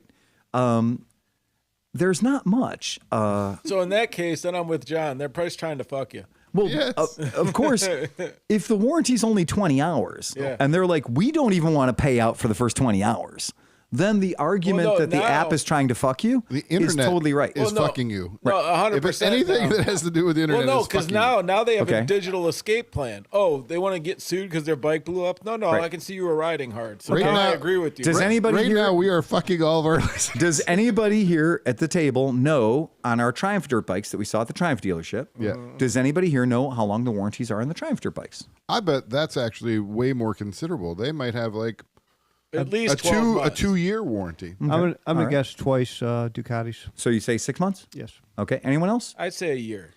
It's 1 month.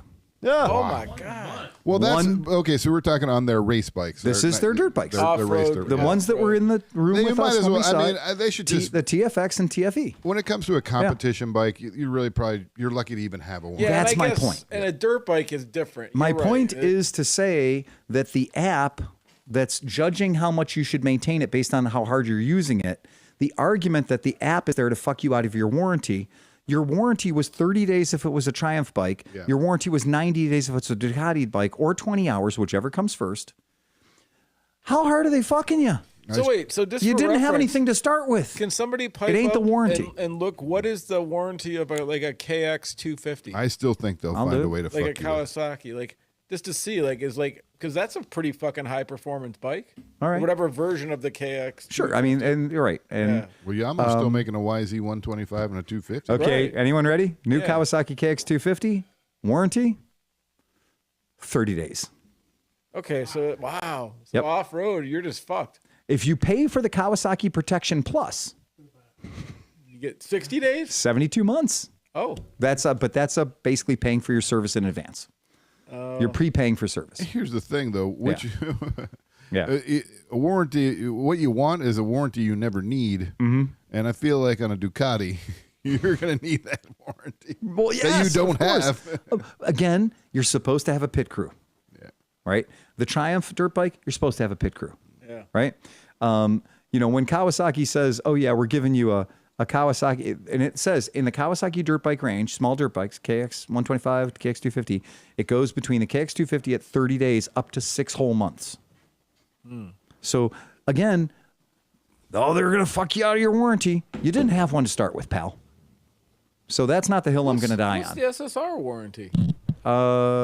They're 6 months or a year. Yeah. Yeah, Honda's dirt bike warranties I think are 6 months. I'm going to look up. Yeah, because when you get into dirt bikes in general, the warranties are just nothing there, right? I mean, there's usually it's like 30 days of parts or something like that. 30 days parts only, right? Yeah, that's legit. That's pretty common. When we look at bikes that are pretty I still think it's dumb. KLX 300, that's a 12-month warranty. So like that's a very common motorcycle, a KLX 300 that a lot of people buy as a dual purpose street and dirt bike. And it's not highly tuned. It's not highly tuned. It shouldn't blow So itself up. They give you 12 months, right? And then you can do Kawasaki Protection Plus and pay That's for not cool. 12, 24, 36, or 48 months. Who just So plugged you can in their pay more guitar than amp? that. Yeah, that's it. It didn't sound too bad in my headphones. This The, is a good question from the chat. Yeah. I wonder how much the hourly cost of operation of that Ducati if you have it serviced at the dealership. Oh, shit. Because think about what's it like? What are the Ducatis are what $290? Whoa. Oh, it can be What a lot. happened? I'm not getting into my headphones. Whatever that is, No, it's that's not your in my guys' headphones. It's my headphones. Or whatever. Oh, there we go. Okay, that was it. Whatever that was. everybody's headphone. I You don't got know it. what happened. What did you guys do? Well, you reached over there. It went That's why I went and touched it, because it started buzzing, and I was like, "Is it?" I didn't touch anything. I touched up here. Yeah, well, I don't know. When you touched No, but up there, it that's started not- buzzing. That's nothing. What did you Yep. do? All right, we're over that. We're over that. We're done with that. It's crazy. I mean, it is legitimate. Piston replacement, valve clearance check every 45 hours. They are saying street pricing on that is about $2,000 Fucking sound guy. every 45 hours. Yeah, that's bonkers. Mm-hmm. Yeah, so that's a lot. So, you know, and we're talking about $11,000, 450cc competition dirt bike. Yeah. Right. So don't think. But the reason that I like this is if I'm about to buy a used one of these, if I'm a third tier racer, right? I'm hoping to get in on a wild card. I want to go out and race, and maybe just by the sheer luck of the draw, we've all seen Supercross and how it works. I want to try to get into that last chance shootout. And so I'm going to go out and get a couple of year old bike. I'm going to go to, a bike that I can compete on, even though I don't have a pit crew, even though I don't have a trailer, right? So I'm probably going to buy something like this a year or two old. Well, if I can buy this from you and you have the app, I can take a look and see how much you fuck this bike. And that could be worth something. Well, but no, because I have a 12-year-old daughter, so I just have her hack the app and then change it, whatever. So You just assume that it's been fucked. Right. Well, that's the trick is you could then have the thing. I know with Zero electric motorcycles, even the old ones, even the older Zeros, I can, through their app, I can take a look at the health of the batteries, not what percentage the battery is charged at. I don't give a fuck about that. I'm talking about the difference between the cells, how healthy the cells are. What is the gap in millivolts of voltage between the cells? And if I see a big gap in the strength of the cells, then I know this battery's not been maintained well, and that this battery's probably not going to give me a long lifespan. And when we're talking about a $4,000 battery, that's something I really care about. Well, we have one in the shop that we just sold, Zero, and the customer that was buying it is not an idiot. He's an electrical engineer, and he knows these things. And he says, hey, get the app, take a screenshot of the app when you're testing the health of the cells, and let me see what that delta is. Let me see the millivolt difference across the cells. And I was like, ooh, I don't even know. I haven't even thought about that. That's genius. I can check the health of this battery, not how many volts it has, not how long it takes to charge, not how long it takes to discharge, but literally the pack, and see the health of the general pack. But does it have so with drones, right? Because I did the same thing when you run like a 6S pack on like the big rigs and everything. You would have you'd cell balance, right? Right, correct. And so when I was doing that, you'd be able to see the individual chart the things. But on a thing like that, they could unbalance during a couple of uses, and then you would do a balancing charge. Of course. So that I mean, the Zero has to do a balancing charge. Yes, it does. So Absolutely. if they're out of balance after a balancing charge, that would indicate a big fucking problem. That would indicate that your batteries are no longer as healthy as they once were. Right. You're starting to get bad cells. Bingo. Yeah, because over 10% of difference between cells, and you're going to start having some issues. You got it. Yeah. That's exactly right. Because the bad cells kill everything. Like they just It does, and it's a cancer that's starting in your battery, and it's not gonna stop. And we know this from using the Zero diagnostic software that Tom's using on his computer in the back is looking literally. It gives you the stack of all the cells. It's hilarious. When you look at this thing, it gives you like, how many cells? Tom's like 144 cells per battery or something. Yeah, that's ridiculous. It's a big fucking chart. And you can look at each one of these little flat pack cells, and you could look at each one of them. They each have a number on them, and you can see the sad ones. You can see the unhappy ones that are in there. Because like basically they have to break those into. What's the voltage like? What on the? Like, the pack's 106 volts. So do your math. Okay. Yeah, series and parallel to get there. So they have to break those kind of into different cell packs. Yes. Yep. Okay. And so here's what I think is really interesting, and why I think an app that tells you the actual health of things, meaning the data that's available, shows you the data that's available, and then says, based on your usage, we all have opened up an air filter that says this air filter needs to be clean or changed every 20,000 miles, unless it's in harsh environments. Well, what the fuck is a harsh environment, right? Texas. Okay, Texas, absolutely. Just all of it? Right. So dusty roads. Right, dusty roads, exactly. Dirty environments, stuff like that. A 4-day fucking trip to Mid-Ohio could be all your air filter can take. Yeah. Depending on how many times you're in that barrel racing pit, right? If you're in the barrel racing pit for 3 or 4 hours, your air filter's cashed. I don't care who the fuck you are, right? Yeah, 100%. Now, if you had on your motorcycle, if one of the things your ECU is looking at is your manifold pressure sensor, your MAP sensor, and everything else, then it's detecting how your airflow is. And your airflow is going to be different with a shitty dirty filter or a clean filter, which means if your bike has fuel injection, you're dragging around with you now already the computer that detects that. You've already paid for that. It's in your bike. So since we're already paying for it, nothing annoys me more than getting on a modern motorcycle that has fuel injection, turning the key on, and on the dashboard there isn't an ambient temperature thing that says, hey, Phil, it's 73 degrees out. Why do I get mad? Because I know the computer knows that information, but it's choosing to not tell me. Somebody in the design center, somebody in the engineering room said, on this particular TFT display or whatever display we're using, we've decided not to put in the anatomy to show Steve that it's 34 degrees and that there's an ice warning. Okay? Even though the computer knows it, it's choosing to not tell you that. And then it pisses me off more when I turn my key on and all the crystals light up on the display, showing me the things that could be there. And I see one of them is what? A temperature window. And I'm like, there's a temperature window in this fucking screen on this motorcycle. But the engineers decided not to push the data into it. Are you fucking kidding me? What would that have taken? Right. 5 minutes of code? To be able to then turn my key on and go, oh, look, it's 36 degrees out. I'd better be careful about ice. And that's the thing. So, like, when you get these new vehicles, like my truck, right? Right. At first, you get in and you're like, oh, look at all these screens. This is so cool. And then you think about it and you're like, well, no, they just saved like $2,000 off making any digital or gauges or anything. Right. And now they plug in two $6 screens that you're all like, oh. Tom was way ahead of it. Tom said, the thing we got to watch out for is when Vespa starts replacing every fucking sweeping needle with a TFT screen. Yeah. With, what did you say they were? A phone. Like Yeah, it's literally an Android phone. Yeah. And when you got a company that can buy that whole fucking screen for $21 or $6 and slap From that Digitech. and slap that on your bike. It's cheaper. It's cheaper to buy a screen than it is to build a dial. Well, not really. So, did you see Ryan F9's new video? Yes. So, when he dumps the Africa A Twin, little in the bit of water.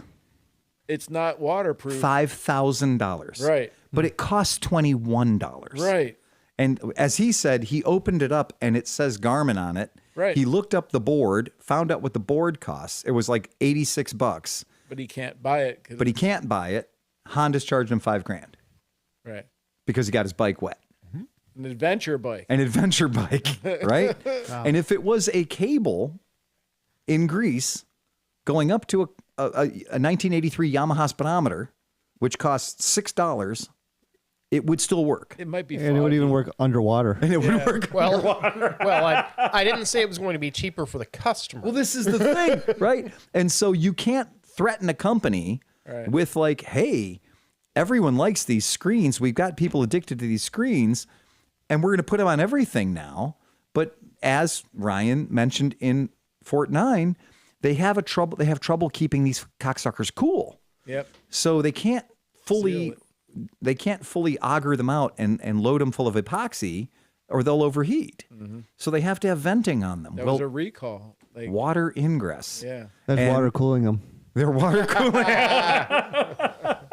Well, you can harden like with the cop stuff that I did, all the boards and like the lights and stuff like that. They coat them with like They shellac them. They shellac them so that they're pretty much the boards are waterproof. Yeah, there was a chemical. I used to buy this stuff, and I'd paint it on my flight control boards on the drones, so that we could fly in the rain. But they don't disperse heat the correct way anymore, and that's an issue. So you got to heat sink them. It's like a thin coat of thing, but yes, you probably. No, you're right. It wouldn't make it better, that's for sure. Yeah. And that it's one of those things for sure that the cost savings is too attractive to the manufacturer to be like, oh, look, to me, having a key fob and a push button on a motorcycle is like fucking terrifying.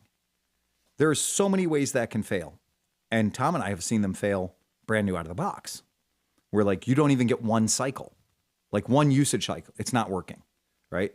We've also seen them fail maybe a week or two in. But why should that tech be? I mean, like I have a key fob and a push button on my Altima. Absolutely. It's gone 220,000 miles. Absolutely. That's never been. So why is the motorcycle tech so less reliable than the car tech? You know what I mean? Like, I think it's because it's not used. It's not paid for. It's you're not paying for the better tech, and more importantly, on your Nissan Altima, that push button is surrounded by 2,000 pounds of steel. Yeah. It's waterproof. It's dry. It's cool. It's indoors. Yeah. Whereas your motorcycle, there's water dripping into that, humidity, dirt, dust, debris, all that shit, all the goddamn time. And the mechanism itself, the push and turn mechanism instead of a key, I really do love the sense of a metal key. Yeah. A metal key, you jam it in the hole, click, it's on, it's on. It's one moving part, you're good. Yeah. Right? The digital, the electronic key, or in the case of some of the bikes, you don't need your key. You just put it in your phone. Well, that was the good thing with the Nissan. You flip a little thing and a metal There's key. a key inside the key. There is a metal key. Right. There's a key inside the key fob. Absolutely. You have a metal key. You can get in your door. My Volkswagen has that. Yeah. And so with the motorcycles that are doing this kind of stuff, where we're talking about like, oh shit, that Africa Twin, its dashboard gets a little too wet. Your bike is a brick. Yeah. Because when the display, and this is, I can tell you from experience, when the display goes away, there's nothing behind it. There's no electrons moving around. You are not going to have a mechanical override switch that says, my display is fucked. Please put me into 100% caveman mode where I would like to just use my motorcycle sans the screen. That doesn't exist. Well, and it's going to be really convenient too, because when you're in Africa on your Africa Twin, there's a lot of very good electronic stores that carry things, replacement to make sure screens that you can get through all these, Yeah. You want to hear the other bitch of it too? Is if you break your replacement screen, and we have experienced this firsthand, or if you have a little water ingress in your screen, Aprilia. Man, in the late 90s, early 2000s, the Aprilia screens fogged up at the suggestion of moisture. Like if you got mildly moist, if you got delightfully damp anywhere near your Aprilia, your fucking glass fogged out. And you couldn't see shit. Do you remember when all the clear taillights were the rage and people were getting them from eBay and they weren't even sealed? Yeah. And you have to drill holes in the bottom to let the water run out. I see a Honda Civic running down the road with a taillight full of water, looking like an aquarium every time I go around the corner. At first, I was like, "That's cool," and I'm like, "Wait, that ain't cool." To be like There's a light bulb submerged in that. You forgot to say slightly soggy. Slightly soggy. And moist. We had all these Aprilias that were coming in, and Piaggio was like, "Oh man, Piaggio had just bought Aprilia, right?" And so Piaggio was like, they really weren't ready to deal with Aprilia problems. They were like, we kind of think we know what we're doing with Aprilia problems, but let's see how bad it really is. Every fucking Aprilia came in with a fucking fogged out screen. You couldn't read it. It was unreadable. And it was completely, sometimes they would still glow orange, but then other times it would just flat fog out. And the entire, like every crystal on the thing would activate. So it was just a black screen. And then you turn the key on, you'd be like, oh, look, the bike's working. I don't know what's happening anywhere. I can't tell when I'm in neutral. I don't know anything about anything, but the bike at least still works. Was it the Suzuki RE5? RE5 with the roll top desk? That had the roll top desk. It looked like a bread container. The fucking roll top desk. Yeah. I love those. I thought they were like it's a little spaceship. Weren't you with So you have to flip it open to turn your key on. Turn your key. You get off the bike, and as soon as you put the kickstand down, it just goes. It just go down. You put the kickstand up or whatever, you get on. I mean, protect all that stuff. Oh, it's a really good idea. I mean, it's a great idea when you consider how fragile all that stuff is. My first Moto Guzzi V50, my Monza that I had when I was a young guy, but when I bought it, 50% of the lights worked on the dashboard. By the time I was done owning it, the only light that worked on the entire dashboard was the high beam light. And that means the speedometer wasn't working. Like nothing functioned on that entire display except for the high beam light. And it'd be fun. I'd just like flip the high beams on and just be like, oh, there you are, my one friend. My one remaining light that works on the entire thing. But yeah, I want the folks at home to see this in case they've never seen one before. But the roll top desk that was the Suzuki 1975 Suzuki's dashboard is genius. So I think, John, were you with me when your old club was at the IX Center still, and the dude had that there, and they were telling me like how hard it is to find that intact. Oh God, Oh yeah.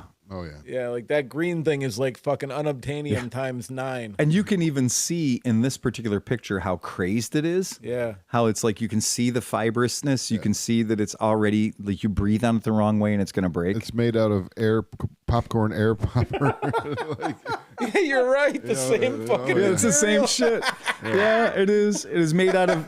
It is made out of the windshield from a 1974 Hot Wheels car. Yeah. It's made of the exact same plastic. If you actually ride one of these, if you had it, you have to have a windshield for your windshield. You would definitely have to have a windshield. You'd have to have a separate insurance policy for that cover. Yeah. I'm sure you have to take it off. 1975 gear position indicator, neutral indicator, oil pressure indicator, and electronic fuel warning light. Is that ambient temperature? No. Oh, It's analog. It's got you know what? How about just a little a thermometer? a stick-on thermometer. Oh, we've seen hundreds of dollar store clocks come into my shop glued over where the clock on a $20,000 motorcycle should be, because we can change the battery for that clock, but it's going to be 2 hours of labor to get to the battery for that clock. And that's just bad design. It's criminally bad design. Vulcan Dan says, I personally witnessed Phil riding a Zero 2 up to his waist in a creek at band camp. It was. Yep. That didn't die. It didn't die. It didn't die. It was deep, but it's scary because it's 106 volts. Yeah, right. So there's more than enough to kill you. Yeah, and all the fish. When I got up to my feet, I was like, well, you don't look cool unless you're really going into it. And yeah, my elbows were wet. Yeah. We took the pit bikes up the thing up to our eyeballs and that shit. I can't believe that they still work through the shit that we dragged them through in there. I have a video of that. You do? That was kind of amazing. I'd love to see that. Somewhere on my Facebook. Oh, that's page. cool. That's fun. I rode through a puddle that was so deep last year down by Worcester, like in the swamps, that I was pushing a wake in front of me. I was afraid to stop because I was afraid that it'll come back on you. Yeah, exactly. Yeah. Because when you're pushing a bow plane in front of you, you're in the shallow part of it all. But if you stop, you're not. Nope. It's coming back on you right away. Oh, that's fucking awful, man. And there was these Amish kids like fishing in this puddle. That's how big it was. And they had these electric bikes, right? And I was like, "Hey, how deep's that puddle?" And they're like, they pointed to their front axle, like it's like, whatever, it's like 12 inches deep, maybe. No, it was a solid like 30 inches deep. Right. It was covering the front wheel of my bike, and it was up to the like the fender and the fog lights. Oh man! And the air intake snorkels are right behind the fog lights. Oh yeah! And I'm like, this is getting a little dicey. But it is extremely dicey. Oh, that was the other one on the Africa Twin. You see where they put the snorkels for the airbox? Pointed down? What the fuck? Well, yeah, even on mine, they're right next to the lights. Like, they're right there. You'd think that if you're going to put a snorkel system on the bike, a bike that could go in water. Yeah, but I'm sure it has. Apparently if you look at the bottom, the drain should go down. Like, the water should drain out toward the bottom before it goes. Yeah, but the drain hole's probably the size of a pencil. Yeah. And you're going to put water in there kind of in a hurry, right? Yeah. Yeah. Oh, God. Yeah, because the KLR, I've got the KLR in some deep water. And when I've had it in deep water, I was like, I really wonder how deep you can go. And then I pulled the gas tank and the seat off of it. I was like, oh, the airbox intake's pretty fucking high. Yeah. And it's pointing straight up. And you can still flood one. And, well, it also has a water separator. Yep. So it's designed so that it has a room in there that is a water separator room where the water would have to fill that vessel all the way up to get to the intake that dumps into the motor. So you'd have a good opportunity to ride it for a minute or two. Yeah, it won't make it through mid-city. Won't make it through mid-city New Orleans in 2 feet of water. No, but you can see that with all the kids with the four-wheelers that do the mudding because they all got like 6x4 legit snorkels. Snorks. Yeah, 3-inch PVC PVC pipe headed out over the handlebars. Yeah, PVC PVC pipe going everywhere. KLR 652 up in 2.5 feet of water is it's not going to work out. It's not going to work out for you. That was a bad day. It sounds like a bad day. And then the last one that we want to talk about is we do have the DGR coming up. That's going to be on the, 17th, I believe, right? 10 days from today? 10 days? Oh, my goodness. 10 days from today, DGR is coming up. So we're going to see everybody at Flat Out Garage in Cleveland, Ohio. So if you want to know, that's what you're going to know. On the 20th, if you happen to be in London town, if you happen to be in London, England, on the 20th, this is after the DGR, they're going to do a ride for the British couple that was jailed in Iran. Oh, yeah. So that British couple that has now been in jail for way too damn long, serving a 10-year sentence for suspected spying.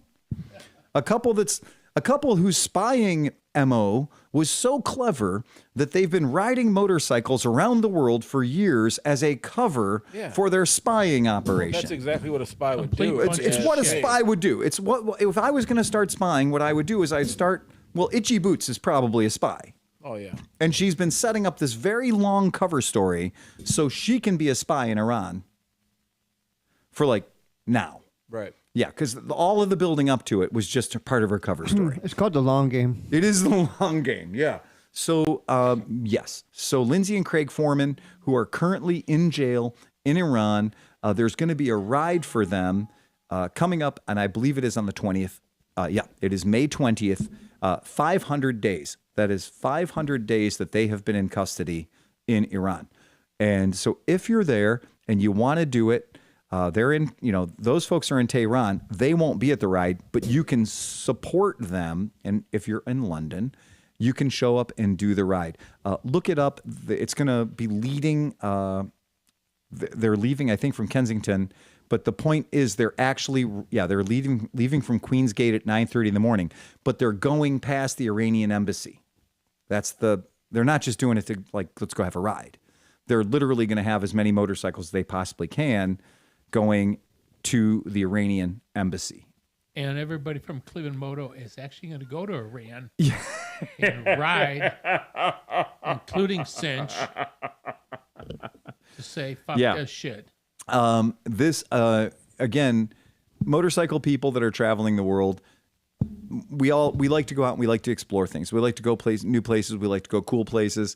And it's unfortunate that anybody would ever, Steve's not allowed to go where Pete's not allowed to go where Pete wants to go because Pete's got military history and therefore, we're not going to give you that visa or that kind of thing. Well, that's different than these guys who started and they had the visa and they done all their paperwork and they checked all the boxes. They made sure they were allowed to do what they were doing. They played by the rules and they got arrested anyway over some bullshit. And to me, it just seems like it's some horseshit hostage trading crap. So it's just like, we got these two nice people here, so we want to make you release Osama bin Daddy and all these other, bad dudes to exchange for these nice folks that we captured who were playing by the rules, filling out all their paperwork, doing everything legitimately, and they just bullshit. So, I'm against that, obviously, in a very big way. Changing their oil when Ducati told them to.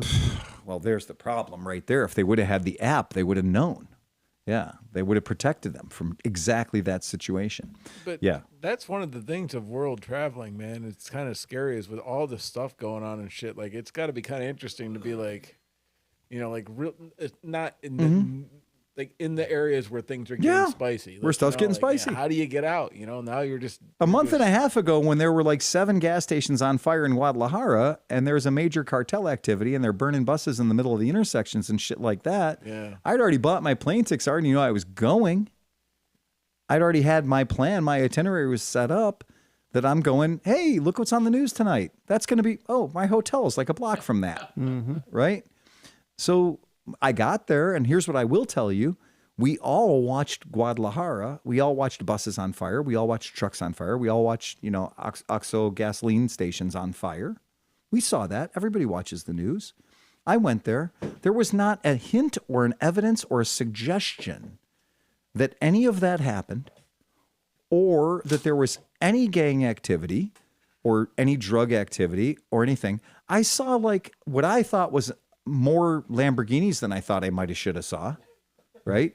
I saw some pretty high-end stuff, including our architect, who's clearly doing well for himself, having the warehouse full of cool toys that he does. But I don't think he's in a cartel. I think he's just a fucking architect, you know? That's what he wants you to think. Right. Yeah, that's it. But everybody that I met... That's just his genius cover. All the people that I met, you know what's crazy is, you know, you've got a guy coming into your city from America. You got a bunch of people coming in from America and Italy and Germany, all these cool places. And I'm talking to, you know, this German lady who's been living down there for years. And I was like, so, you know, what's your take on this when your friends in Germany are like, oh, are you sure you're safe down there for the past 5 years, by the way, living amongst all this cartel activity? And she's like, I'd be the first one to tell you, I'm German. We're picky as shit. Germans have zero tolerance for people who don't play by the rules. Germans love following the rules. Germans can never have enough rules. And so she's like, look, that's cartel shit. It's cartel stuff. It happens. It's pretty rare when it happens, and it's usually just kind of in there. She's like, if you're not a drug dealer, it's not going to affect you much. If you're not a drug buyer or drug user, you don't rely on that for your income, it's probably not going to affect you much. They're not going after the citizens. They're not trying to make a point to the general public. What they're doing is they're having wars among their groups, in which case that happens here too. You know, it's just the groups are a little different. You know, what the groups call themselves are different. Yeah. I wonder what the murder statistic, statistic is on, Guadalajara, versus Washington, D.C. Oh, versus Detroit. What did I tell you before? I've lived in 3 of the top 10 most dangerous cities in America. Yeah, that's a really good. And one of them actually ranks up with Caracas as far as the per capita murder. Yeah, sure. Period. Yeah, yeah. I mean, this is that kind of a thing where we say, okay, you know, it's not like, I just looked it up and it's not in the top 10. No. So it's not in the top 10 of the most violent cities globally, you know, whatever.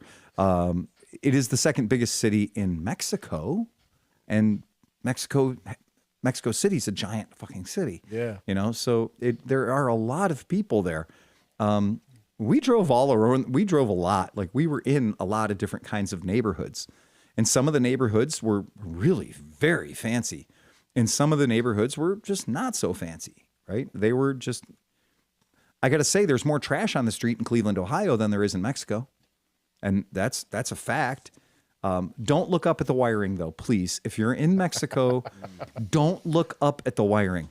More than once, I accidentally hit some sort of wiring that was hanging down where it shouldn't be hanging down. And I was like, one point I stopped because I was when like, you were driving on the sidewalk? Okay, there's nothing more deadly in the world than a Mexican sidewalk. Mexican sidewalks are out to kill you. They were put together by like, I've got a bag of concrete and you want a sidewalk. Let's get this shit together. But what about right angles? We don't need those, right? Rebars sticking out where it shouldn't be setting out. Mexican sidewalks can be quite dangerous. It's not like here where you're like, okay, you could be a blind person, walk down an American sidewalk and be totally okay. Not there. Mexican sidewalks can be a bit fucking dangerous. Uh-oh. We've been threatened with some guest appearances. Oh, we should have some. So Moto Smith says that he is traveling from Canada to Tennessee. Would we like a guest next week? Oh, hells yes. Yeah. Hells yes. Absolutely. You're going to have to get in touch with Phil. He'll give you the information. Yeah. Thursday, show up at the shop at like a nice 6 or 7 o'clock kind of thing. We kick the tires and light the fires here at 8 o'clock, but don't show up at 8 on the money. You might have to stand behind the bar. I'd kill you. My seat will be empty next week. Oh, there you go. That's good to know. Motoing. That is very good to know. Where are you going to be going? We're going to do the GOAT, the Great Ohio Adventure Trail. Awesome. That's fantastic. Nice. It starts down near Cincinnati, and it finishes up near the Pennsylvania border in Conneaut, Johnny. How many miles is it? Yeah. Well, as the crow flies, that's probably about 300 miles, but as this route is set out, it's 1,200 miles. Yeah, okay. I saw that and I was like, damn, they really wiggled it out. Yeah. Yeah. Damn, that's cool. No straight lines. It goes inland. It looks and like then your back grandma's back of her leg. It's called the Varicose Vein Tour? Exactly. As I just turned 55, I'm saying grandma. They're like, what am I fucking talking about? Anyways. That's cool, man. So, how long are you gonna be on the road? We're leaving Monday to drive down to the river, which we'll do all on like state routes, and then Tuesday through Saturday we'll be on the trail. Okay. So 5 days, and then Sunday morning we'll get up and ride from like the PA border all the way back at the lake, which is where Conneaut is, all the way back to Cleveland to do the kickoff of the DGR. Okay. Damn. We'll be fresh off the road. You will be, literally. Yeah, we'll be. Wow. Oh, so you're leaving early morning to get to the start of DGR. Yeah. Oh, wow. That is, you are I definitely mean, it's only working like 100 miles from out that way back to Cleveland. Yeah. It takes me about an hour and 10 minutes. And how much off road are we doing? I think it's about 50%. It's a lot of Forest Service roads when you're down in the Shawnee National Forest and Wayne National Forest, and then it's a lot of gravel, and then there's some twisty 2-lane road too, but it's all back roads. There's no main roads on the actual goat ride. That would suck. You're just rolling and think just tend to do a highway. You're like, oh. How many folks will be on this? There's 7 of us going. Okay. Wow. Detroit is the 49th most dangerous place, the 49th city on the list of the planet Earth. Detroit is number 49. Baltimore is number 44. So New Orleans is number 47. Where's East Cleveland? It's not listed. I don't think it has enough population. I honestly don't think that they... Too many people murdered? They don't have enough people? I honestly was going to say, I don't think they can track it. I don't think they can track the data. We know it's no fun to be there. No. Right? We know that it's... You know how many videos on YouTube are like the ghost town? Oh, of yeah. Ohio? It's... Oh, yeah. YouTube loves East Cleveland. Yeah. For this whole concept of like, who's your police department? I don't know. Yeah. It's like, I haven't this seen month, one in I'm not 22 sure. years over It's here. the sheriffs. I don't know. The state patrol, the sheriffs. I don't know. Yeah. It's a different guy every month that comes by. Independent filmmakers are making zombie movies like without having to change the fucking sets. They're just like on the streets. Like it's crazy. Of Well, that's like Kensington, Philadelphia. Yeah. Well, the Tijuana is number 7, so that's something that people probably have a lot of experience with. So Tijuana is the number 7, and the ones that are above it are like Ecuador, Duran, Ecuador, and then Nelson Mandela Bay in South Africa is up there, number 5. But going down the list, it's kind of interesting that... It's funny, I've been both those places. You have? Yeah.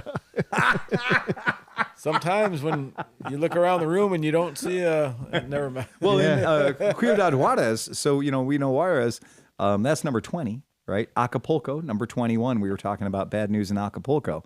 But getting down there, Memphis is the highest, and I almost got my bike stolen in Memphis.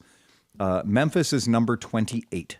So of all of the planet, the most dangerous city in America is Memphis. Dude, I remember the first time I went to Memphis when I was working for that company. We were doing the union promotions, and I was heading to a refinery to go and like film at a refinery. And I turned on the radio, and it was like turning on like a normal, like 92.3 or something, and all the songs were like Molly, like fucking like hardcore just underground, pure drug, like drug really, culture radio. Like I mean, kind of good tunes, but like underground shit was just normal 100%. fucking radio. Yeah, drug. Yeah, it was. I was told 3 times, not like, hey, be careful. Memphis is a little, steely. You might lose some shit, right? I was like, no, it was straight up like, hey, what are you doing? You cannot park your motorcycle there. Oh, wait. True story? Yeah. I'm with my boss, and we're in the car that he rented, which happened to be because we needed a truck that could carry gear. He rented an Escalade. Okay. All in right. Memphis. Oh, God. So I opened the glove box to get this thing out when we get pulled over for him turning right on red. Okay. All right. And what I'm grab, I think, is the manual that's going to have all the rental information in. Okay. And instead, it's a 38 that whoever rented the car before us left as their drop gun. So I almost choke on my tongue. Oh, my God. And just put it like casually back, like, no, it wasn't in there. Let me just look in this other thing really quick. Shit. So I'm just sitting there sweating my balls off because this cop is being a dick to my boss about like turning right on red, right? Right. So after we pull away, he goes, he goes, man, you clammed up pretty good. What happened to you? I was like, we have like probably a murder weapon or something in the front of the car. So we end up calling the cops and telling them that we found this fucking gun, right? Yeah. So they come to the hotel. When they get there, they roll in with like fucking dudes with shields. They get us, where's your room? They take us. Because they know there's a gun. Yeah, but I was like, we called gun. you, bro. Yeah, it's like, still guaranteed gun. It gives them an excuse to roll out. Yeah, it was fucking crazy, but that all happened in It's fucking a gun Memphis. call. I never had a rental car with an included gun before. Right. Yeah, I usually got to provide my kept own. that fucking thing. Oh, no. Did you that was pay a the little best more part. for that? No, the best part was, though, they go, if nobody claims it, you can come back and get it. Get out of here. Yeah, right. Really? Yeah, because they ran the numbers. It wasn't involved in a came back crime. clean? It came back clean, and there was no claims. And or it no wasn't loss. registered anywhere. No, and so So it was they were just a like, clean So you gun. going back this weekend? Yeah, that was a bunch of years ago. But yeah, they were like, here's a claim ticket if you want it. Come back and get it. Oh boy, Hey, that's dicey. free gun. But, you know, Free gun. Well, that was the thing. Well, that was the thing because he had to go back for the ticket. Yeah. He had to go back. Oh, he had to go back for his right on red? Yeah, dude. I think they should have taken away the right on red ticket And took the- because they got a free gun. Right. Like the good makes the Like bad. yeah, exactly. It's Right. seriously, it's like, okay, I got a free gun Yep. in this hand. I'm willing to give you the free ride on the right on red, which is bullshit anyway. And yeah. if my Facebook wouldn't have got banned, I had pictures of it from the thing, man. and I could have. It was fucking hilarious, dude. I would still be Goddamn I would still Facebook. be freaked out though, because like you say the gun's clean, so that means great. You take the gun, go back, you get the gun, you got your claim ticket. I got my gun. But then some shit that hadn't come up yet. Yeah, right. Right? They find a body somewhere with two behind the ear, and all of a sudden this gun's not so clean anymore. Right. Right? So like, the fruits of a poisonous tree comes up to bite you in the ass. And that's where I'd be like, yeah, fuck and that. let me put it this way: this was not a collector's item. No, it wasn't a collector's This item. was like at Yeah. Rural King. What's the cheapest 9mm that you have? Was it a revolver or an automatic? It was a little clip thing. I Little think it was automatic. a 38 or Yeah. something, like a little auto, Little like maybe automatic, a little 380 or something. It was called 380, something like that. High I see point special. I see a raven. Yeah. I would have thrown. yeah. I would have thrown it in the river. I wouldn't even have called the cops. I'm I'd seeing a have been- Jennings 22 in your future. I was thinking the same thing. It was kind of a corporate I didn't want to thing. make fun of you. I know, but like he was like. I don't carry that. I don't know why he wanted please to don't. call him. No. Believe me, it was not my idea. I never want to involve cops in any part of my life. Yeah. So I'm better off. If you spend less than $200 on a gun, it has a 50% rate of actually firing the first time you pull the trigger. I've learned that in my life. Right. So it's like a lot of guns that I have bought super cheap. And I was like, what the hell? Let's just see what, we got this gun super cheap. Let's take it to the range, pop, brand new ammo in it and be like, click. And you're like, oh shit.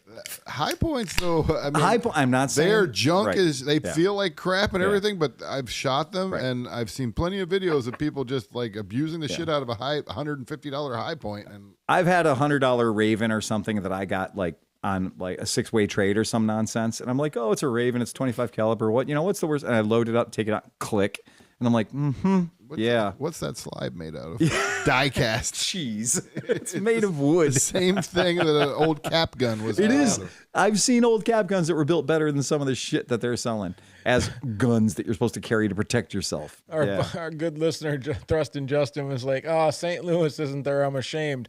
Oh, I can tell you some St. Louis stories. Oh Your no, city is I did. fucking If you go shady as down, fuck, yeah, dude. you can go not far down there to get St. Louis BT So, yeah, down. how, far, yeah. how far down is East St. Louis? What I think is funny is the only Canadian town that's on the list, right? Yeah. Is Thunder Bay. Really? It's Thunder Bay. Thunder Bay is the only one that's on the list with 15 homicides per 100,000. Again, been there. Been there. That's well, and so you can say you were in You the most toured all the nice dangerous places. Wait a place in minute. Canada. Let's put Thunder Bay. Pete's travel schedule into the database and see what we come up with. Maybe it was his. Now we know how all these people are getting killed. Now we know why he's on the list. I can't talk anymore. Why do you always have a van with a bunch of garbage bags in And the he's back? on his 8th wife. That's kind of strange too. Like, It is. It's a very curious thing that his travel schedule just happens to coincide with the murder rate. Yeah. That's it. Well, that's pretty kooky. murder rate is 0 until Pete's trip to Alaska. It was such a nice, quiet town.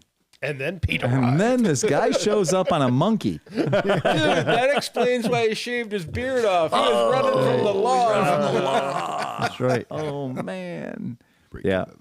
It is pretty funny when you look at the cities, though, that in the United States that have a higher like risk of danger of living there than Guadalajara. And Columbus, Ohio is technically more dangerous than Guadalajara, Mexico. That's just because of all the one-way streets. That's hilarious. You want to kill everybody. You're like, I just want to go right there, and I fucking can't get there. Here's the weird thing I found out of Mexico. They don't mark them. Oh, really? No. You just find out? So you just pull onto the street. Because, like, the big scary ones, they're all going the same way, so you don't fuck around with that. So you just, like, pull out of the parking lot, make a right. And you're like, okay, well, now I'm going to back alley Sally back to the hotel. So, if you can't make a left, make 3 rights. That's the way the world works. And I go up a couple blocks, make a right, and all the car headlights are pointing at me. And I'm like, well, this is clearly a one-way. You're like, hey, you assholes. I didn't see the sign, right? And I was like, oh, shit, spin a quick U-E in the sidecar rig, boogie back to the corner, go to the next street. Make a right, because if this one's one way, the next one's got to be one way the other way. That's how Chicago works, right? Well, guess what? We're not in Chicago. Go down that street. They're all coming at me again, both sides of the road. And the cars are pointed with their headlights pointing at me. And I was like, this bullshit. Sneak down that way, cut over one more street. You can't possibly have three streets in a row that are all one ways. Guess what? Headlights are pointing at me again, motherfucker, right? And I'm like, screw it. There's no cars on this fucking thing. I'm going for it. Sidecar and all. It's late. Haul ass. So we haul ass in the sidecar, go down this road. And I was like, man, that's fucking kooky. And I'm looking for markings to be like, there's got to be an arrow or a sign that says one way somewhere. There's not. Is it a time thing? It's Roscoe rules. Oh. It's just, this is a street. Now you have to park the cars pointing a certain way so the reflectors are all pointing a certain direction. That's for safety. The people that live in the neighborhood know that. But there wasn't a single fucking visible sign that said, you're not allowed to go this way on this road. Some of them were painted on the streets. That's fine. That makes sense. I asked my Mexican buddy about it. I was like, so is that legit? Or did I just break 7 laws getting back to the hotel? And the guy's like, no, it's both ways. And I was like, I have evidence to point to the contrary, because I was the only one going that way and everyone else is going this way. He goes, then you pull over and let the other ones go past you. And I said, well, there's not enough road for 2 cars to go past each other. He goes, we know. Pull over. Duck into a slot and let them go by, and then you go. And I said, will they duck in and let me go by? Depends. Okay. Coolest thing I saw, though, on Sundays, they shut the bitch down. The whole city for bicycle time. Oh, nice. I'm not joking. We had a big, like the biggest bridge, like this 900-footer, beautiful bridge that's right outside our hotel window. We could watch people, it's on magazines, book covers and stuff.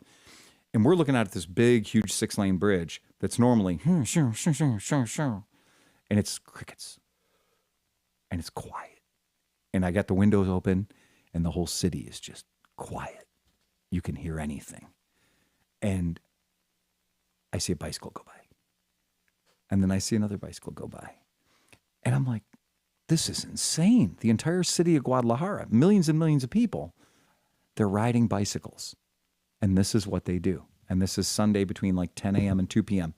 Cars are not allowed on any of the bigger roads. So if it's a road like Lorraine Road, like US Route 6 or something we have here, Ohio 10, those roads are closed. So the little roads like this, like the street we're on, those are open. So the tertiary roads are open.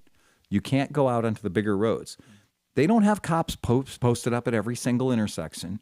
You just know that if you go out onto one of those, it's your ass, because they will pull you down and arrest you and do all the, charge you the money. You got me excited when you said bridge because it triggered my brain. Oh. Did you hear the story? This is so fucking awesome and funny. It's not awesome for anybody, but it's still funny. So I think it's the Bay Area Bridge. Okay. Bike Life was doing a ride out with like 500 guys. They did a takeover? And the cops fucking... On the Bay Bridge? Yes. In San Francisco? Look it up. I think believe it was so, yeah. Yeah. And the cops pulled the front and back and was like, oh, guess what, dummies? When you're in the middle of the bridge... Guess what? You can't get off If you're on a peninsula... Yeah. You can't get off. So they just showed flatbeds of trucks being... Or bikes being... Like hundreds of bikes just towed. Like, but think about that. And let's show off on the bridge. Yeah, man, let's show off on the bridge. And then boom, dude, got fucking just barrel. Well, you're just the dumbest thing in the world. Yeah. That is like literally, no escape. Let's go have. They did show him fishing one out of the water. Like somebody went said, for fuck it. Went You're for it. kidding me. No. And it's probably the big silver bridge that goes between Oakland and San Francisco. They're not going to be on. They're not going to be on the Golden Gate. That one was an Africa Twin. It was Ryan Fortnine. He was leading the crew. And on that, my friends, ride fast and take chances. Play us out of here, Johnny Mac. Bum, bum, bum, bum, bum, bum, bum, bum,